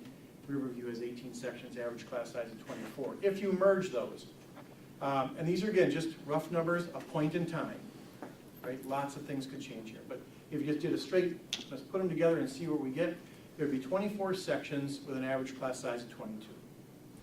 In this particular scenario, reassigned teachers mean could we find some efficiencies, if you will, and take some of our highly trained staff and reassign those into specialized support roles. In this case, we couldn't. We'll talk about that a little bit later, but just so you kind of understand the layout here. You continue down, Rib Mountain and South would result in 18 sections, slightly higher class size, but there would be 4 teachers that could come out of that mix and be reassigned in support roles. I put an asterisk by 24-4 because that will get people's attention because it's higher than where we started. The nice thing about this is now we can have a conversation about should we reassign another teacher to the classroom and drop that class size, or do we keep them in that specialized support role? Currently, we can't even have that conversation. Right now, everybody's in the classroom. Keep moving forward, there's Lincoln and Jones as an example, and you can see that results in 2 teachers. You want to go to the next one, Cassie? Franklin and Hawthorne, you can read for yourselves. Grant and Jefferson, again, these are some scenarios. If we were to do these with these current enrollments, that would be 9 teachers that could be reassigned to those academic support teams. Let me go to the next slide and we'll kind of flesh this whole thing out. So those examples only address teaching staff. This doesn't consider support staff that could be reassigned. This doesn't consider our principals. This doesn't consider other staff, custodial and nutritional staff. It doesn't take into account also our other certified staff. So for instance, in our district right now, we have 3.5 GT teachers for the elementary schools, for 13 schools. If we had 10 schools or 8 schools, even our current allocation of GT teachers would be spread amongst a much smaller number. Their time would be more concentrated. I don't know what the right word is right here, but their time would be more efficient and effective because they'd be able to meet with larger groups of students, do work in as fewer numbers of schools. And that would be the same for the others that we have listed there. So the overarching question here is, how could concentrating our needs and our efforts enrich experiences in the district? I think there's one more slide before one more. So referring back to our desired outcomes, this tries to portray, if we were to do some of those elementary mergers, which of those outcomes could we likely achieve? So, and I know it's hard to read. I should probably actually pull up my own because it's small for me and I have bad eyes. So for instance, the top one, address intangibles. That has a question mark. I don't know. Right, that's the culture, the traditions. That would be something we would talk about later. But balancing staff experiences, absolutely. Community unity, sure. If there's more of us together, we're kind of breaking down those barriers. That would certainly be a potential outcome. Consistent class sizes, cost savings. You heard some of it in the video. See a little bit of it here.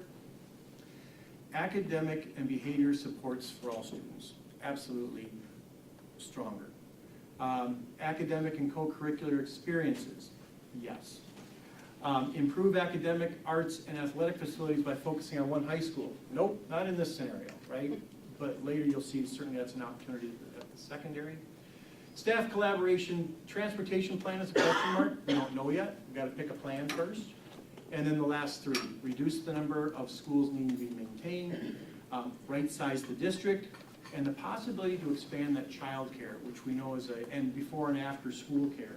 We know that's a very important conversation amongst our staff, our businesses, our broader community. If we were to have a school available, we could put a child care center in there with one of our providers or create our own. So there's opportunities that get created.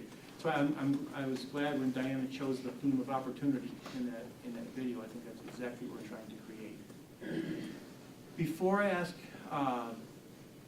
Mrs. Shell to come up and speak, are there questions? Or would you like to hear from her first? She's absolutely. All right. Would you come up?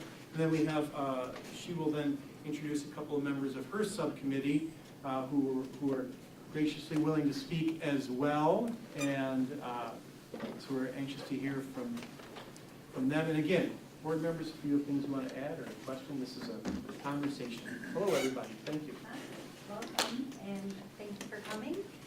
Thank you for having us. Most of the summary of what occurred in the elementary subcommittee was covered in great fashion by Dr. Hiltz and by Diana. So just in brief, the membership of the team again was central office staff. We had representatives from many of our schools, not all at all of the meetings, 2 principals, board membership as well, and we did have a WEA member who joined us, who was also obviously a teacher.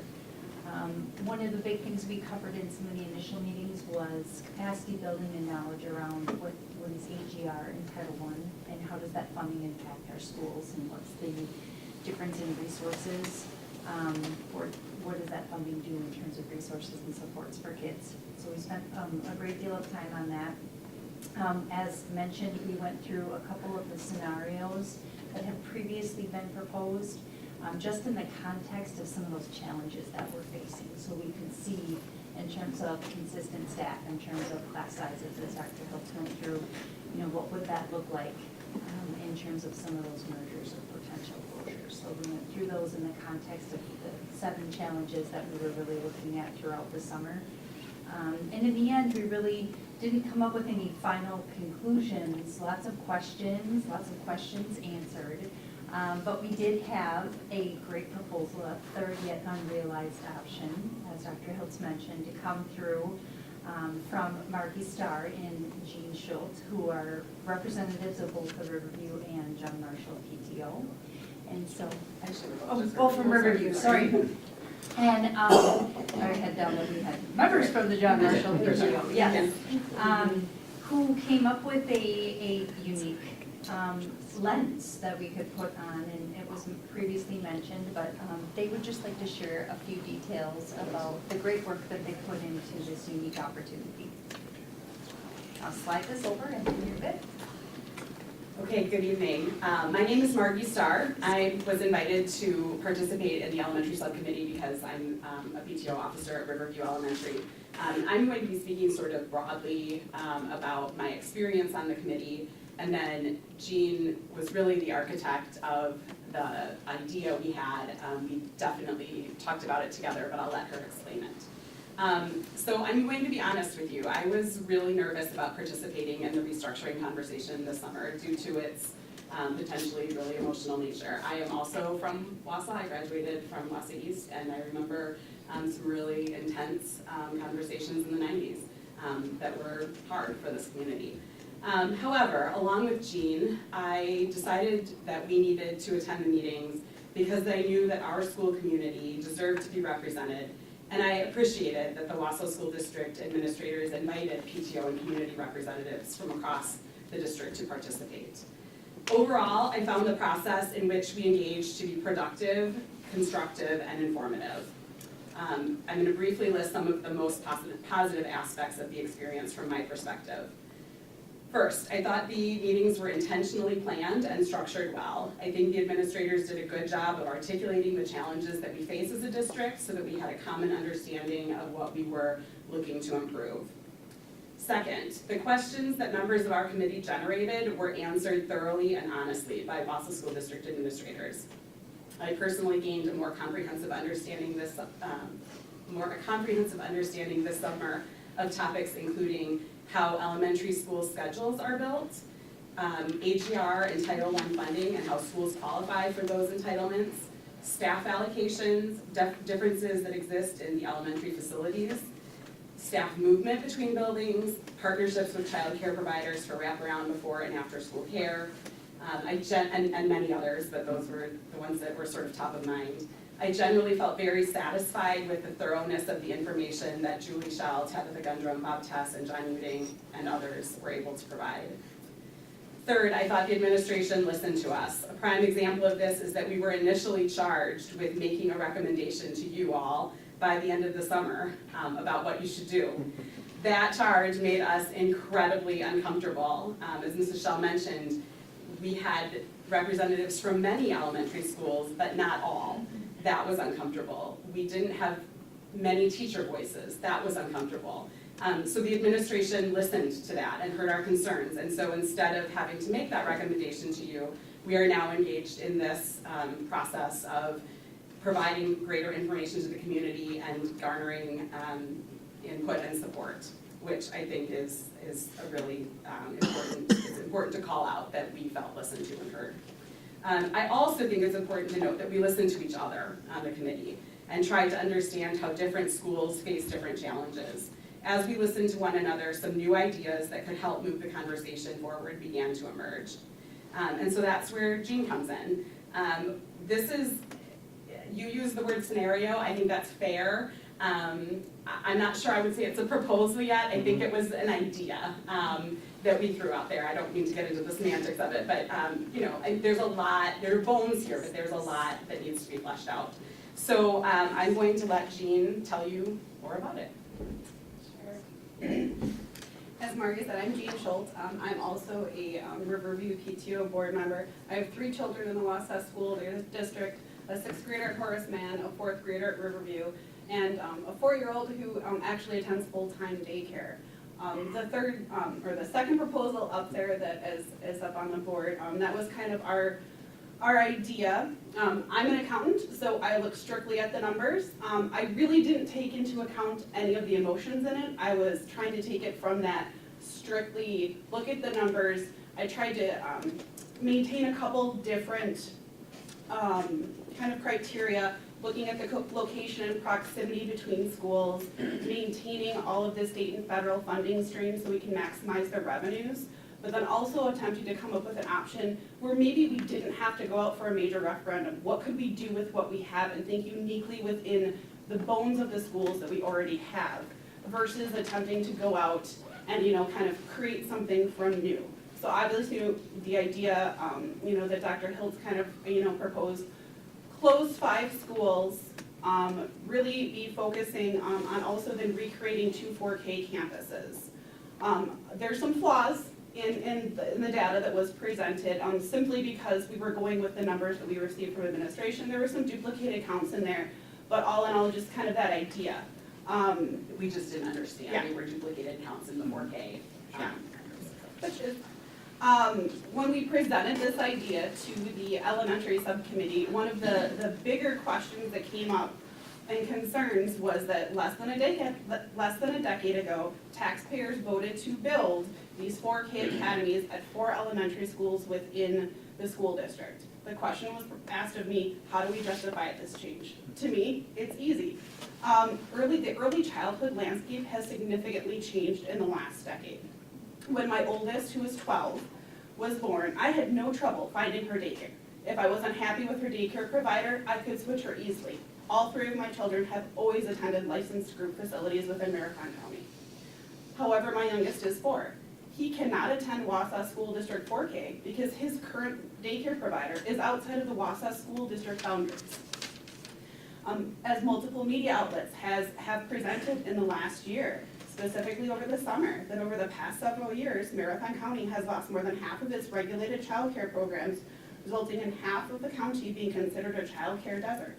Simply put, the demand for child care far outweighs the supply. We heard in our subcommittee that several Wausau School District teachers have resigned their positions because they cannot find child care for their own children. This lack of child care threatens both enrollment and staffing. As a full-time working parent, I can attest to the fact that having a 4K option with wraparound child care would significantly improve the lives of many working families, and a convenient daycare for Wausau School District staff would help us attract and retain the outstanding teachers. Obviously, in the proposal, enrollments at all of the schools would increase, which is scary. It's uncomfortable for people to see the overall increase, but there's some benefits to that. You could have additional staff like Dr. Hiltz addressed. We could have better educational and bonding experiences for those encore and specialist teachers. And then the financial savings that come from just maintaining fewer buildings.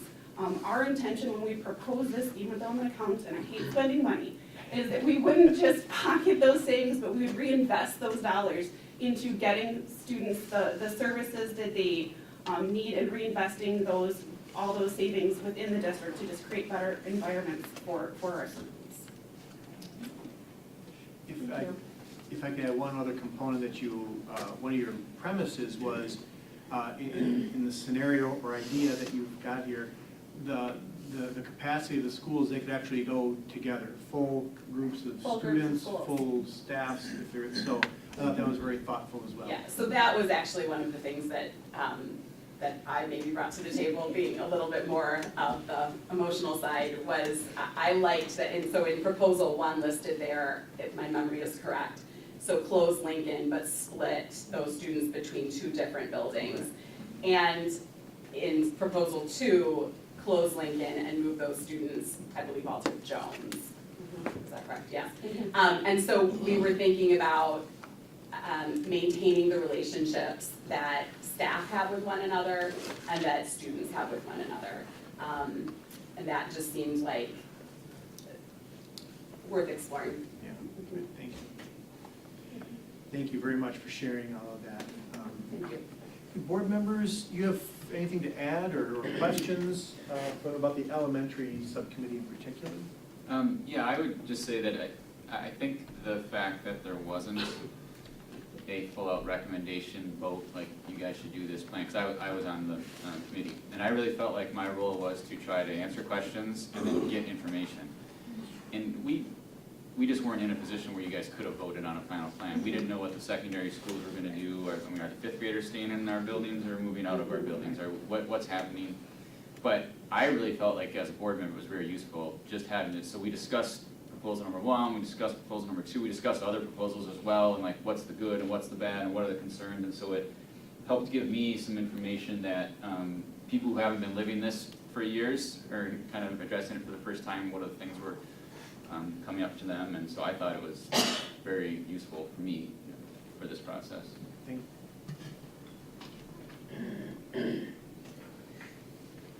All right, Did this thank second you so much. Did this second proposal, does that involve pulling fifth grade out, or is this particular idea was just merging of schools, so? Yeah. And it was really more of an idea rather than a proposal. This isn't like we didn't analyze this and then all vote on it, and it was, I think it was one of our last meetings as well. And so it wasn't like something that the committee studied and said, you know, here's all the pluses and minuses, but we kind of did that with each thing, like what if you close these schools? So that's how we started to come up with some things like, well, if you can combine a whole school into another school, that would be an advantage. Let's add that to our list of things that if we can do it, that would be good. Like that's the kind of stuff that came out of those discussions. I agree, and I'll say, we became, on the elementary committee, we became aware of the possibility of moving fifth grade out, sort of the elementary schools, sort of after Jean and I had discussed this, and you could do this, if fifth grade moves out, you could do the same thing and potentially retain 4K at those sites. However, that doesn't do much to address the childcare. And maybe, you know, that didn't raise as one of the top 5, although as you mentioned, I thought it was number 1 among a particular subset. Sure. You know, so I mean, there are definitely other ways that could go, but, you know, hopefully it's food for thought, I guess. I wasn't a part of this group, but I would say it sounds like you really threw out a lot of different ideas, and that's what we, as a board, wanted, to have a lot of different ideas. Nobody here has the plan. And although there are a lot of people who would like to say, oh, you got a plan, we all have ideas. Now what we have to do is start putting those ideas together so we can make that decision that's going to be beneficial for all of our students at every level, all the way through 12th grade. So, appreciate that. Yeah, thank you. One quick note for people who are watching the elementary subcommittee, you might be surprised to know that the elementary didn't always know what the secondary were doing. They met separately, and we just came together at a few opportunities to kind of cross-pollinate, if you will. And so the last meeting was the sharing of this idea, and they heard, it's like, oh, something at the secondary might impact fifth grade, which might impact middle schools. And that's kind of where we stopped the conversation, so we've got to bring more people into this. So that's where we're at. So thank you so much for being a part of this. All right, let's move on to secondary. Cassie, if you can go forward. Right there, back up one. So again, slightly different vision for the secondary. In this case, number 1 on the list is equal access for students to our programs, right? We've heard about, you know, depending on which school you attend, you have access to some programs, or easier access, unfettered, if you will, access to programming. You also heard from Mr. Stasik about different work expectations or conditions for staff. We'd be excited about improved vertical alignment for all of our students, and we believe there's opportunities to actually expand programming through efficiencies because we're not duplicating efforts. So we really see, if we're using our 7 habits language, really kind of a win-win-win. Students win, families win, staff wins. Actually, it's 4 wins because taxpayers would win as well. Better use of their resources. I'll move forward one. So I think what you'll hear tonight is that, again, the committee explored a number of options. Dr. Rauscher will come up shortly, and a member of the subcommittee. But they support a change. Again, not certain what it might be, but certainly a change. I'll go for one more. I won't speak much to this. This was kind of the culminating slide, if you will, of the secondary subcommittee, but you will, this lists some of the scenarios that were explored, and I'll let Dr. Rauscher explain the color key and the size of the different models. You want to go ahead one more, Cassie? This is that same graphic, now looking at it from a secondary merger lens. If we were to merge the high school into one on 2 campuses, these, again, are the benefits that we believe we could realize. Those that we couldn't would be, it wouldn't really expand childcare, because we're talking high schools. It wouldn't reduce the number of schools, because we're proposing to keep, the idea is we would keep both buildings. Again, we don't know about the intangibles, we don't know about transportation, but virtually every other outcome that we're hoping for could be accomplished through a high school merger. Is that the last? Yes. Can you back up to that slide with the graphic? I'd like to invite Dr. Rauscher to come up. I believe Mr. Harold is here. Mr. Holdhusen was here but had to go to an event at Wausau West. So we're going to invite him to speak at the public event on Wednesday. So you'll have to represent Paul. Yeah. Thanks for the notice. Yeah. You're welcome. Thanks for coming. Good evening, everybody. Actually, can we go to the slide that has the visual? There we go. So this, just, this slide came up probably, I would say maybe 2/3 of the way probably through our process as a secondary subcommittee. And we really started as a high school subcommittee. So I was involved, certainly some of our other administrators were involved, we had community members involved, and many of us on the subcommittee played multiple roles. So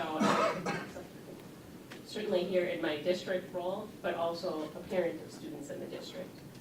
We have people like Paul who are representing the community, looking from a business and industry lens, but again, also a parent in the district.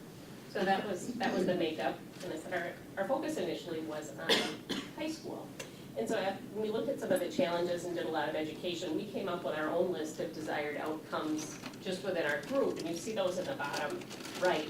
And they're very similar to the ones that were ultimately identified by staff and by the community, trying to improve academic access and experience, also trying to improve co-curricular access and experience.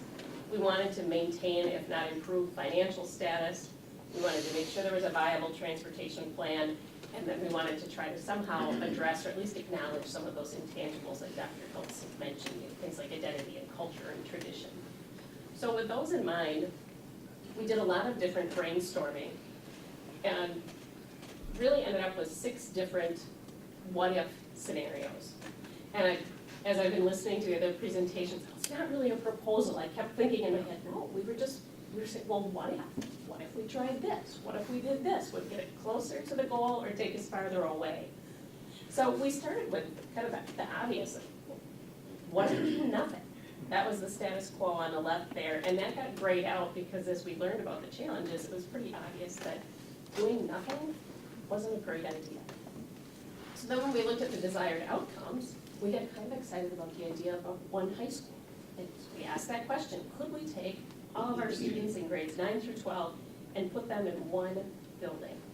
Now, we had a little help from people like Nexus, who have experience with our buildings physically, and they said, well, Wausau West has a larger capacity overall, let's look at that. What would happen if we put all the 9th and 12th graders in one spot? And because they try to be cooperative, they said, well, you could, if, and there were a lot of ifs that involved huge renovations and possibly buying up houses and taking on additional space. And so as a team said, well, that would check a lot of the boxes, but it's probably not realistic. So that got the bright red stop. Shift back the other way. What if we just changed the boundaries? What if we just evened out enrollment across west and east? And if I remember right, we would have moved roughly 260 some students based on the numbers, enrollment numbers we had then. Just say, okay, you're not going to be on the west side, you're going to go on the east side. Ultimately, that's not a long-term fix. that's an immediate fix, but you would probably have to redraw boundaries repeatedly, and that could be really disruptive to families and the community overall if growth continues on the west side. So that got the lighter red. And then that left us kind of in the middle of, well, we probably should look at some sort of combination. So how could we combine things? We could create a dual campus. There's some schools that have 9th and 10th graders in one spot and 11th and 12th graders in another spot. We could look at that. We could create a junior high, senior high type approach, where maybe your 8th and 9th graders are in one building and your 10th through 12th graders are in another building. And then much like the elementary, after we thought we had all the scenarios, somebody on the committee said, well, wait a minute, what if? And it's actually Mark who had to leave. He said, well, what if we did an academy model? And instead of you pick your school based on your enrollment or your residents, you look at enrolling in this school if you're interested in this type of pathway, this kind of academy. You enroll in this school if you want this type of academy, and so on. So you can see we've got 2 greens and then the academy question. And one of the ideas was for the academy was, well, could we take that approach of helping students identify a career pathway and really pursue it? Could we just tuck that into one of the green models? Could we make that part of a dual campus or a junior high, senior high? We thought, probably, so that's why that's tucked there in the question mark. And then when we came back to some of the desired outcomes and really fleshed things out, we saw more advantage to an 8, 9, 10, 12 model in terms of things like student relationships and mentoring and leadership and even just having the right courses in the right place if we went with the 8, 9, 10, 12. And that's where we had to pause. Because as an elementary, now they were working down the hall from us, and we said, well, if we were talking high school, 8th grade is currently in our middle school. Now we're looking at something that might impact our middle schools. And if 8th grade were to come out of middle schools, then it raised questions about, well, do you bring 5th grade in? And I think our team fairly quickly said, we do not have all the people we need in this room. We don't have all the voices. And so that's where it came back again to the idea of we should probably do something. These are some of the exciting ideas, and we need to now go out to the community to get more input. The community being staff and the larger community of families and students and so on. So that's what the visual represents. Yeah, and I think it kind of summarizes much of the work that was done in the secondary subcommittee. And it was probably at that point too that we said, get back together with our elementary colleagues who are doing the same type of work, and so that was a chance for them to hear what we had done, for us to hear what they were working on. I think that's kind of where the summer And then school started. Right. So we got back to that business. Yeah, thank you. So that, Yeah. Paul, You got it. your Summed it all up. perspective or things that were valuable to you as a parent and community member? Just a quick perspective. As a parent of 2 graduates from Wausau West and 2 in elementary school at Rib Mountain, my perspective that I brought to the group was one of the business community as well. I've worked with a local employer. Many of my coworkers are either parents or grandparents of students in the Wausau School District, and I tried to put that frame of reference on. Now, my initial thought when the conversation came up was this is about efficiency, right? Fewer students, fewer schools. Hey, this is logical, right? That's not the case especially with the secondary group that I was part of. What I saw was this is all about improving the experience for everyone in the district, from students to parents to staff and administration. Saw wonderful examples, immediately started talking about what additional things could we do, what additional offering, what additional sections, or what kind of infrastructure could we have if we had just one senior high rather than splitting our limited resources among the 2. And you know, the discussion didn't stop there just on the educational side of it, but when you link to the community, there are also opportunities when you've got that singular focus. Right? As an employer, we're looking to engage with the schools all the time. We've got a finite amount of resources, much like the district, right? And if we're going to donate our time, our talent, and our treasure, we want to get the biggest return possible. If you've got a singular senior high or a singular junior high, the things that the business community could do could be substantial. And it could be robotics lab, or it could be a robotics team or a club, or donating our time to bring these principles to real life for our students. The other non-educational benefit that really stuck out with me when the groups got together is we're building on each other's ideas.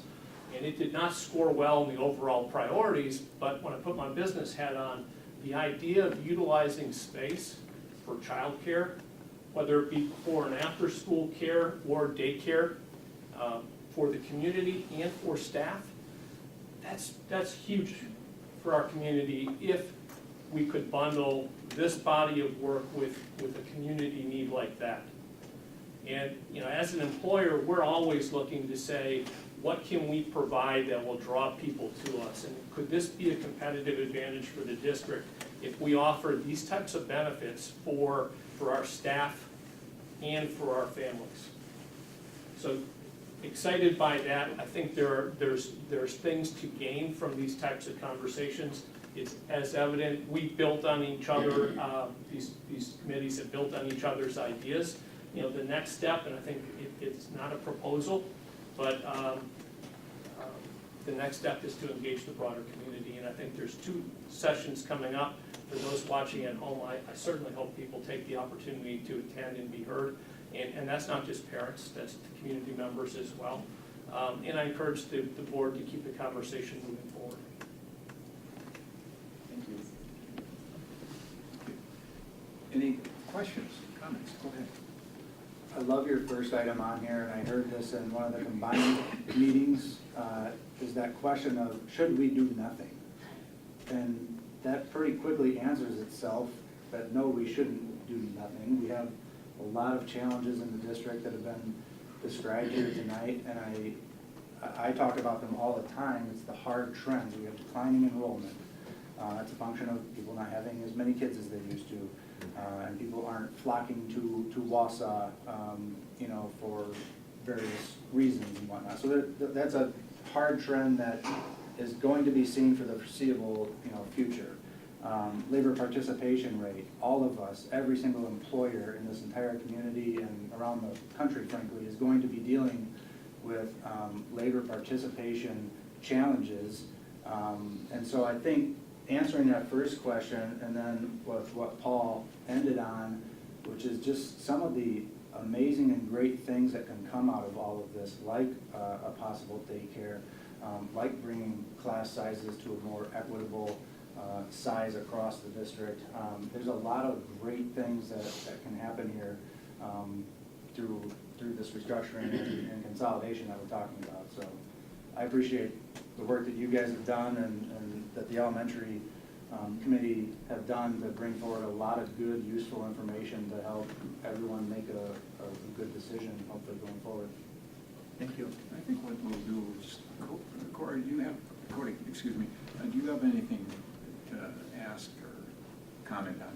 I don't really have any questions. I was involved, unfortunately I can only make a couple of the meetings for the high school, but what I liked about it was that it brought up questions that I think, as a collective whole, all of these different ideas were brought to light that, I think as an individual you don't think of, and it brought a lot of challenges, and like you had mentioned, you didn't really realize until you heard someone else talk about, well, this specific need or this specific need, and I think that this committee over the summer was just a phenomenal way to kind of brainstorm and come up with a bunch of great ideas, and all the work that was done I think was very valued, and it brought a lot of issues to light. And I think that, even though we don't have that proposal yet, we definitely are looking at some good solutions I think that will help the district in the long run. So that's all. Karen? Well, I was very involved in the secondary conversation, and it was incredibly valuable. I grew a ton from the beginning to the end in my knowledge of the challenges. I probably tended to be someone like, I'm having a great experience, what's the problem? And so it was really eye-opening. I mean, it was excellent to see a broader view of the experiences that others were having on in different locations. And I think recognizing the opportunities that come with a potential change was also really exciting. I think it was really great to have people involved from the business community rather than just parents, because this is a decision that impacts the entire community, and hearing business individuals say, we want to invest our time and our financial resources, and so often we don't because there's 2 campuses. And to hear that from, employers to say, this is why we haven't been able to move forward with some really exciting things that Wausau should be able to certainly provide.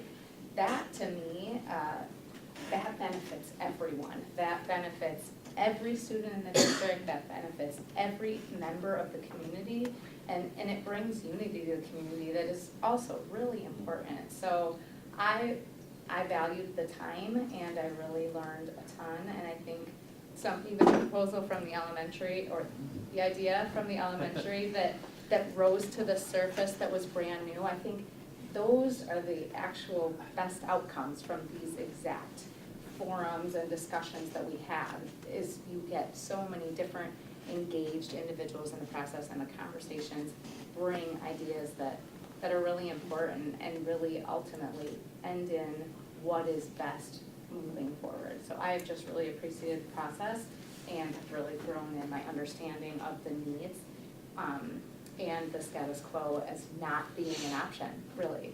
I feel strongly that way as well. President Boucher, I had one quick thing before Pat, real quick. That this, what you have laid out here is not some crazy idea in terms of grades being in certain classes. There are districts in our own county that have this exact same setup. So it's not outlandish. That's all I wanted to. Good point, very good point. The progress is impressive on all of these, quite honestly. The fact that we're here having this level of conversation in what I would say is a relatively short period of time, given how long these discussions have been swirling in this community. So I think this is great. A ton of hard work has obviously gone into all of this. The next step, and maybe the unfortunate step, is that even in my opinion, the harder work is yet to come, because in any of the proposals, and like any major project or major initiative, whether it's in this or in our daily lives, those proposals have benefits, they have opportunities. At some point, we have to sign up for specifically, here's what those cost savings are going to be. Here's the number of additional classes we're going to be able to add and support. Here's the childcare option that we will offer. It's great, and I think that the staffing one was a great example, starting to show, if you combine these schools, here's what the ratios will be. So bringing that level of specificity into all of those benefits, whatever they're going to be, and making sure that we collectively are signing off on that, and that's what we're going to execute against, that's going to be the hard stuff. And I think that will determine ultimately whether or not this thing is going to fly. And if I can jump in, Pat, that was something too that I think through the secondary process, we learned fairly quickly. Initially, we had this idea, we'll brainstorm all these different options and then we'll research each one in detail and come up with all of that.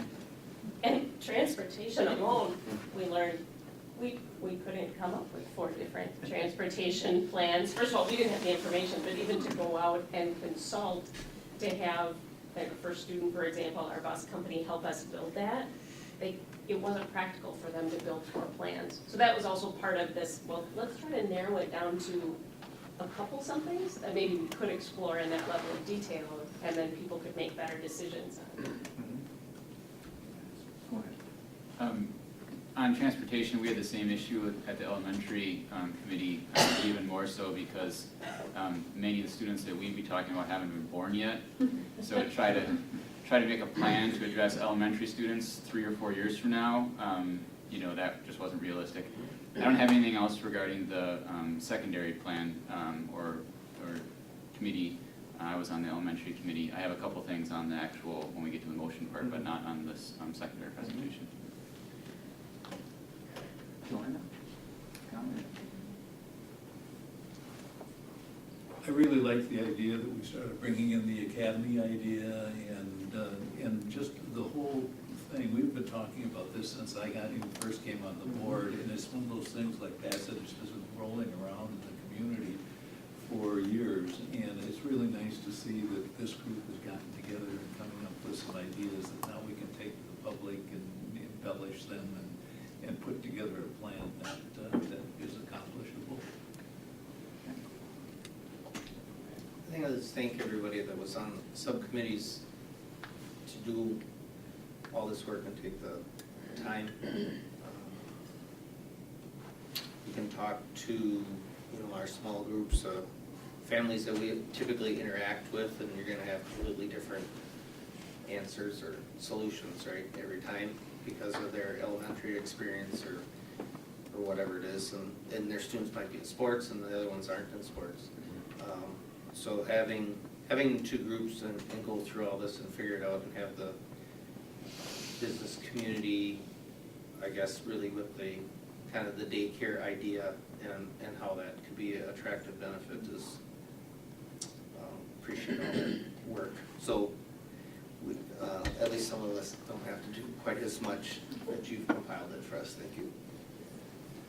It's been a lot of work, and I think everybody would concur on the fact that we greatly appreciated the time you put into it. My focus has always been on the students, taking a look at the AAA student, the academics, arts, and athletics, at the secondary level, all of my professional career. Bottom line is we want to give them as many opportunities as possible. And with the 16 career clusters and the 72 pathways, we should be more in sync with our businesses, and that would give us an opportunity at the secondary level to do that, because I think, Karen, you made that comment. You have two schools that we're supporting, and the redundancies from the community's point of view, we can be economically wiser, and that's what we need to be looking at, academics and economics. If we can go forward on that and really build, it'll be a great situation for Wausau. With that, fine. Thank you very much. Yeah, thank you very much for sharing all that. I just want to, along the subcommittee level, you referenced it. There was so much positive energy. People started talking about what ifs and possibilities, and it was very exciting. I'm looking forward to recreating that now with a broader community. So before we go further, I would like to have the board, if you're interested in pursuing this, take some action, and then I would just summarize tonight with a few next steps and one cautionary tale. But I guess I would ask the board first, is this the direction you want to go as far as that motion? Would you like us to develop draft plans, we're interested in doing this, we're interested in pursuing this, please create some draft plans, and we would start doing that work immediately. Well, some of the topics have been covered. The talk has taken place. I think right now, putting a motion forward is what we need to do. So I'm seeking a motion to direct the administration to develop draft plans to restructure the Wausau School District. So moved. Second. Second. Okay. Any questions? Yeah, I have one request and one question. The request is for the proposal on the elementary side.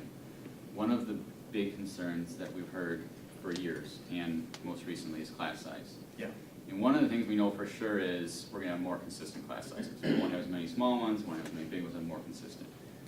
It would go a long way if we could even take the additional step and say we can now even afford to change some of our board set class size guidelines. And what I'm thinking about is, as of right now, our board guideline from grade 3 to 4 jumps up. If, for example, we did the junior high, senior high model, there's lots of ifs, and if that meant 5th graders coming out, now you have a school that's K4, could we then say, well, no longer does 4th grade jump up, 4th grade stays the same size as 3rd grade? And could we even take that a step farther and say that in our low-income schools, our AGR schools, that we even go lower for 4th grade than we do in our other schools? Because for those who don't know, in our AGR schools, K through 3 is protected in size, 4th grade is not it's the same exact kids, they're only 1 year older, and it's a huge change to go from an AGR class of 18 to 25, same kids. And so, and maybe we can't, but, so that's my one request, is that explore that as part of the plan, because if that could be part of the plan, I think that goes a long way towards supporting elementary consolidation. Boy, if we could have some of those lower income schools have smaller fourth grades, and then what there are other ones as well, I think that'd be great.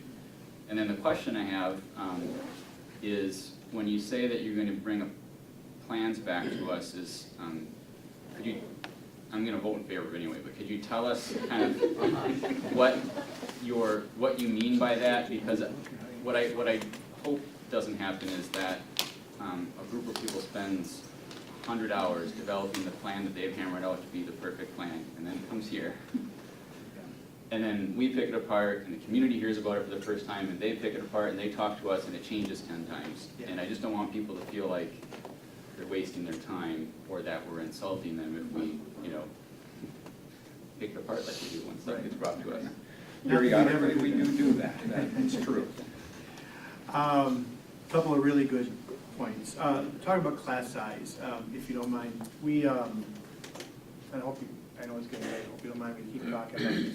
I'm very excited. So, one thing that we shared with our principal, our admin team last week about class size at the elementary is that right now, when we plan our staff for next year, which will start soon, frankly, we look at our enrollment numbers, we take the best guess what we can what it's going to be, and we schedule pretty tight because we have to. And one thing that happens is, so let's say we have 27 students in 27 students in each classroom in a certain grade level in a certain school.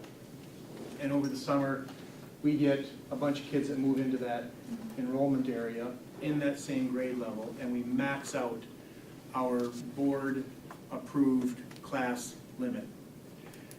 We have no place for those children in that school, in that grade level, and we end up district placing students who live in an attendance area, but they can't attend their neighborhood school.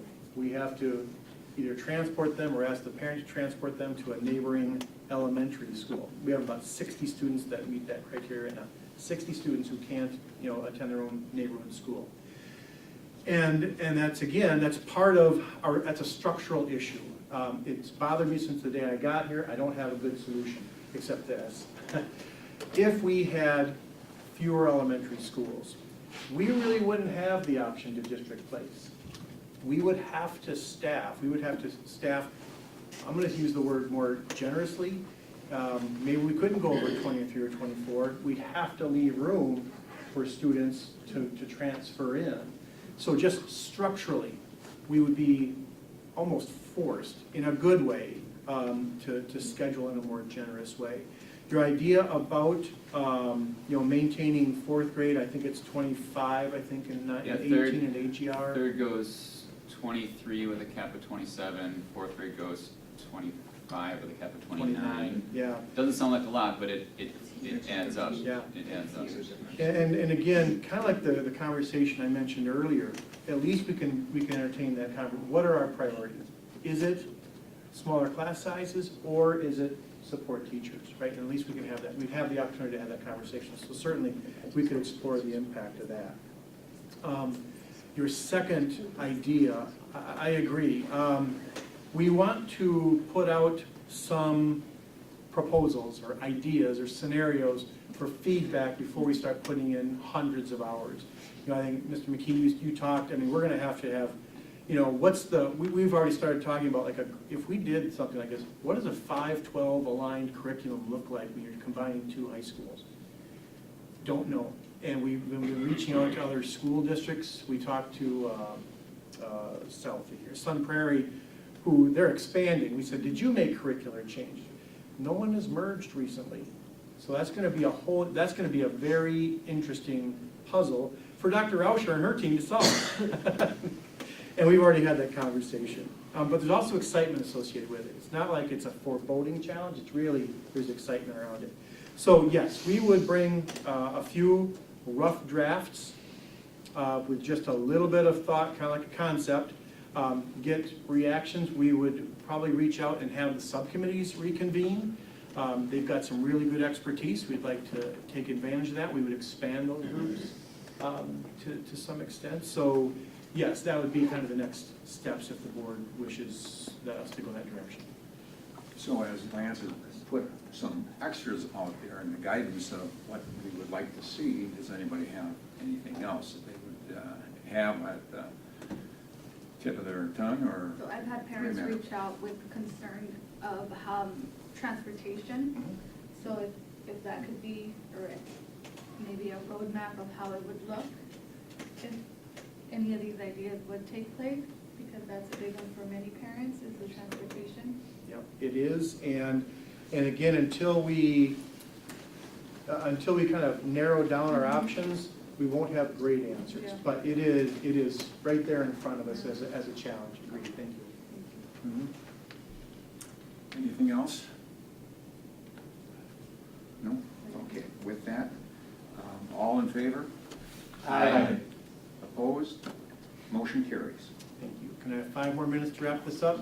I know this is really important. I know it's getting late. So, thank you. So now we have board direction. We've got those 2 in-person sessions. We have several PTOs who have either, we've sent invitations to them. We were first invited by Riverview, no surprise, thank you for taking the lead on that. And we thought, that's a great idea. So we've got, and I will send those out to you. Any board member that wants to join me, be happy to have you. It's going to be a really good conversation. And we will draft some plans, do some quick analysis. Next slide.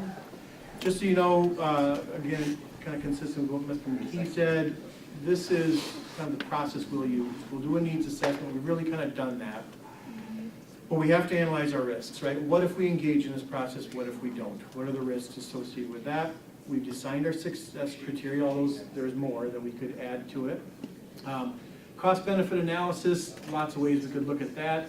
And then we'll kind of do a best fit, right? So that's the rough and dirty analysis process. One more slide.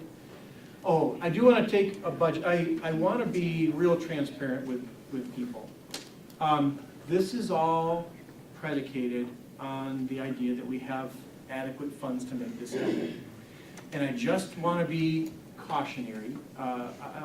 This is information that several of us who attended our Regional Wisconsin Association of School Board meeting, they shared this, and I thought it's the same information that Mr. Tess has shared with us for quite a while, just a different view and kind of corroborating what he has shared. Wisconsin used to kind of lead the nation in public school education. We've really dropped below the average now. In 2020, we were number 25. If I remember correctly, right now we're number 28. So we've just gone through two years without a revenue limit increase. And the Blue Ribbon Commission, which I had forgotten, it was led by Robin Voss, who, if you know, he's well known in political circles. Their number one recommendation was, let's have our revenue limit, but let's raise that revenue limit each year to meet CPI. That hasn't happened. It's just, and that's not a political statement, it's just a fact. If you go to the next slide, Cassie, I thought this was really enlightening. So going back to 08, the red and the green and the blue are kind of revenue limits, investments. The red is the cumulative effect of funding public education under the CPI. So it builds, obviously. If you fast forward to this year, according to projections here, $3,160 per pupil. That's where, if we had maintained our revenue limit just to CPI, just to pay for what we were doing back in 08-09, that's what would be required. For Wausau School District, if I do my math correctly, Bob, correct me if I'm, roughly $25 million would be on our top of our revenue limit if we just kept up with the spending. So if we do this change and we don't have funding, revenue limit increase to to continue to fund what we're doing. What this really would do is allow us to maintain our status quo. If we don't get adequate funding in the next few years, we'll be forced to do this anyway. And we don't want to do it that, we want to be proactive. So I just want to be, very transparent and not promise things that we can't deliver. So I just want to make sure people are aware that this is predicated on the legislative funding. Questions or comments about that? I know it's not a popular topic. I think it is important what you just said, that we will have to do the restructure if we don't do anything now because of or the money that we're getting, we're gonna eventually have to restructure our schools. Yeah, between this and declining enrollments, for sure. So eventually we're gonna have to restructure it anyway. If we don't, we're doing it right now, we're doing it ahead and we're planning it out instead of being in a situation where we have to do it. Okay. One last slide, I think, and then so just timeline. If we're able to come up with a decision this winter again, then the hundreds of hours, thousands of hours, people hours have to go into the actual plan. The earliest this would happen be 2024. I think that's the last slide, right? That goes to questions. Thank you. So I'm sorry, does somebody have something? Okay. Thank you all very much.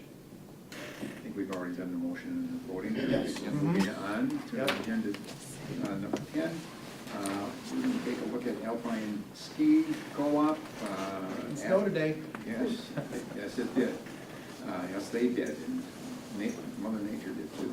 At the October Education and Operations Committee meeting, Dr. Jennifer Rauscher presented the recommendation to approve the Alpine Ski Co-op, including Wausau East, Wausau West, DC Everett, so that Wausau students can continue to participate in this successful club team. Anything else to add to that, Ms. Miller? Nothing. No? Okay, thank you, Doctor. With that, I'm seeking a motion to approve the Alpine Ski Co-op, including Wausau East, Wausau West, and DC Everest for 22-24. So, Second. Any questions? If not, all in favor? Aye. Opposed? Motion carries. Moving on, Wausau East graduation date, requested action at the October Education Operations Committee meeting. Ms. Diana White presented a proposed change to the calendar for the Wausau East graduation. Anything else to add? Nothing else? I'm seeking a motion to recommend to the full board the approval of the change to the Wausau East graduation date as presented. So move. Second. Any questions? If not, all in favor? Aye. Opposed? Motion carries. Item 11, anyone with professional growth development report that they'd like to add today? I do. Okay. I attended the legislative advocacy workshop last week, and I was really impressed in what came out tonight just a few minutes ago about the state budget is incredibly important. And one of the things that they talked about was not only things that the school district could do to involve legislators in things like literally the material that we just talked about in terms of our direction as the district, but also how important it was for each of us as board members to have a plan and be able to know who to contact, whether it be the legislator or staff member, and develop relationships. And the timing is extremely important right now, particularly because between now and January, what's going to happen is there's going to be some things that are going to be taking place, but we're going to get an assembly and a senate that is going to be largely coming from the Republican base.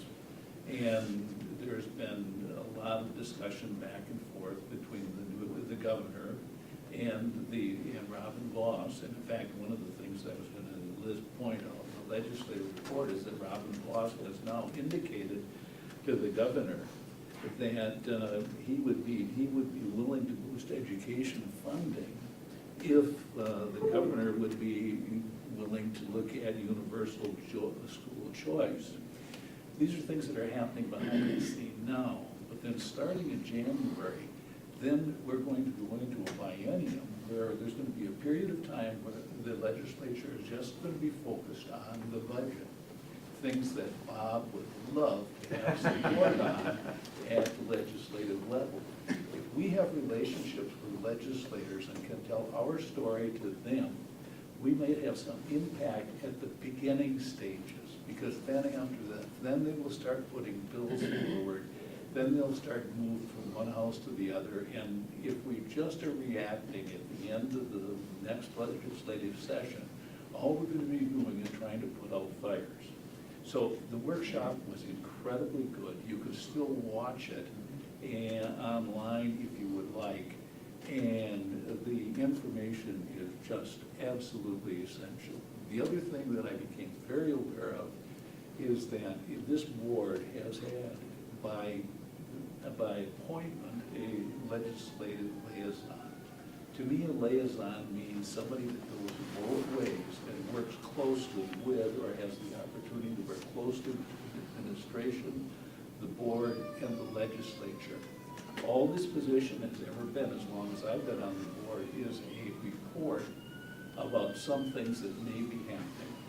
We've not taken positions on things, we've not given tools to personally follow with our legislators and be advocates for the exact things that we're just talking about in terms of what's happening with revenue limits. And it's incredibly important issues. And so one of the other things that I really think is important is to refine a job description for the position that I'm in as a liaison, and in terms of finding out ways to direct and guide those relationships, so this becomes more of a tangible, hands-on thing where there's a cooperation between our board, our administration, and the legislatures, and we can do things to tell local stories, to influence legislatures to take the kind of action that we need to have taken. It was a great workshop. I hope you all watched it. Well, that gives us an opportunity to be the leaders in central Wisconsin as we move forward. And we always have claimed that we are the leaders. So, Mr. Webster, did you have anything else? I do. Okay. There were a couple of now this is the legislative there are a couple of liaison here. Yes. There was good support for school referendums on November 8th. 79% of them passed. However, many of them that didn't pass were operational referendums that would directly impact our school districts right around us. Merrill, Athens, I think Stratford, and some others had operational referendums that did not pass. We were fortunate that we didn't have to do that because of the wonderful work that this board has done with the other direction of Bob. Some of those referendums are going to be really painful for some of the districts that are surrounding us. Robin Voss, I just mentioned that. The GOP legislative majority leaders were also elected. Robin Voss is continuing his position, but the Senate has Devin Lamahue, I hope I didn't murder his name, as the leader. The numbers are high enough in the legislature right now that they can't quite overcome a veto by the governor. But potentially, if one or two members of the other caucus don't show up for a vote, and everybody in the majority shows up, the governor's vetoes could easily be overridden in the next session. So it's even more important to have those kinds of relationships. We have a new senator, Corey Tomshin, who's taking over Jerry Petruski's position. And every one of these legislators has kids and are directly concerned about the district and the kids in the district. And so the more we can do to develop relationships between now and whatever, the better we do. So thank you for the opportunity. Absolutely. Thank you for your work in this area. Greatly appreciate it. Dr. Hiltz? Just a quick note on the legislative relationships. I do have a confirmation that one of our local legislators, and I won't use a name now just in case something doesn't work out, is attending our event on Wednesday. So that'll be nice for him to kind of come and see. I hope it's a good conversation for him to observe. So. I appreciate that. I would like to just reference the written board member liaison district activity report and ask that to be put into the official record. I appreciate that. So with that, I'm seeking a motion to adjourn. So Second. Any questions? All in favor? Aye. So moved. Thanks, everybody.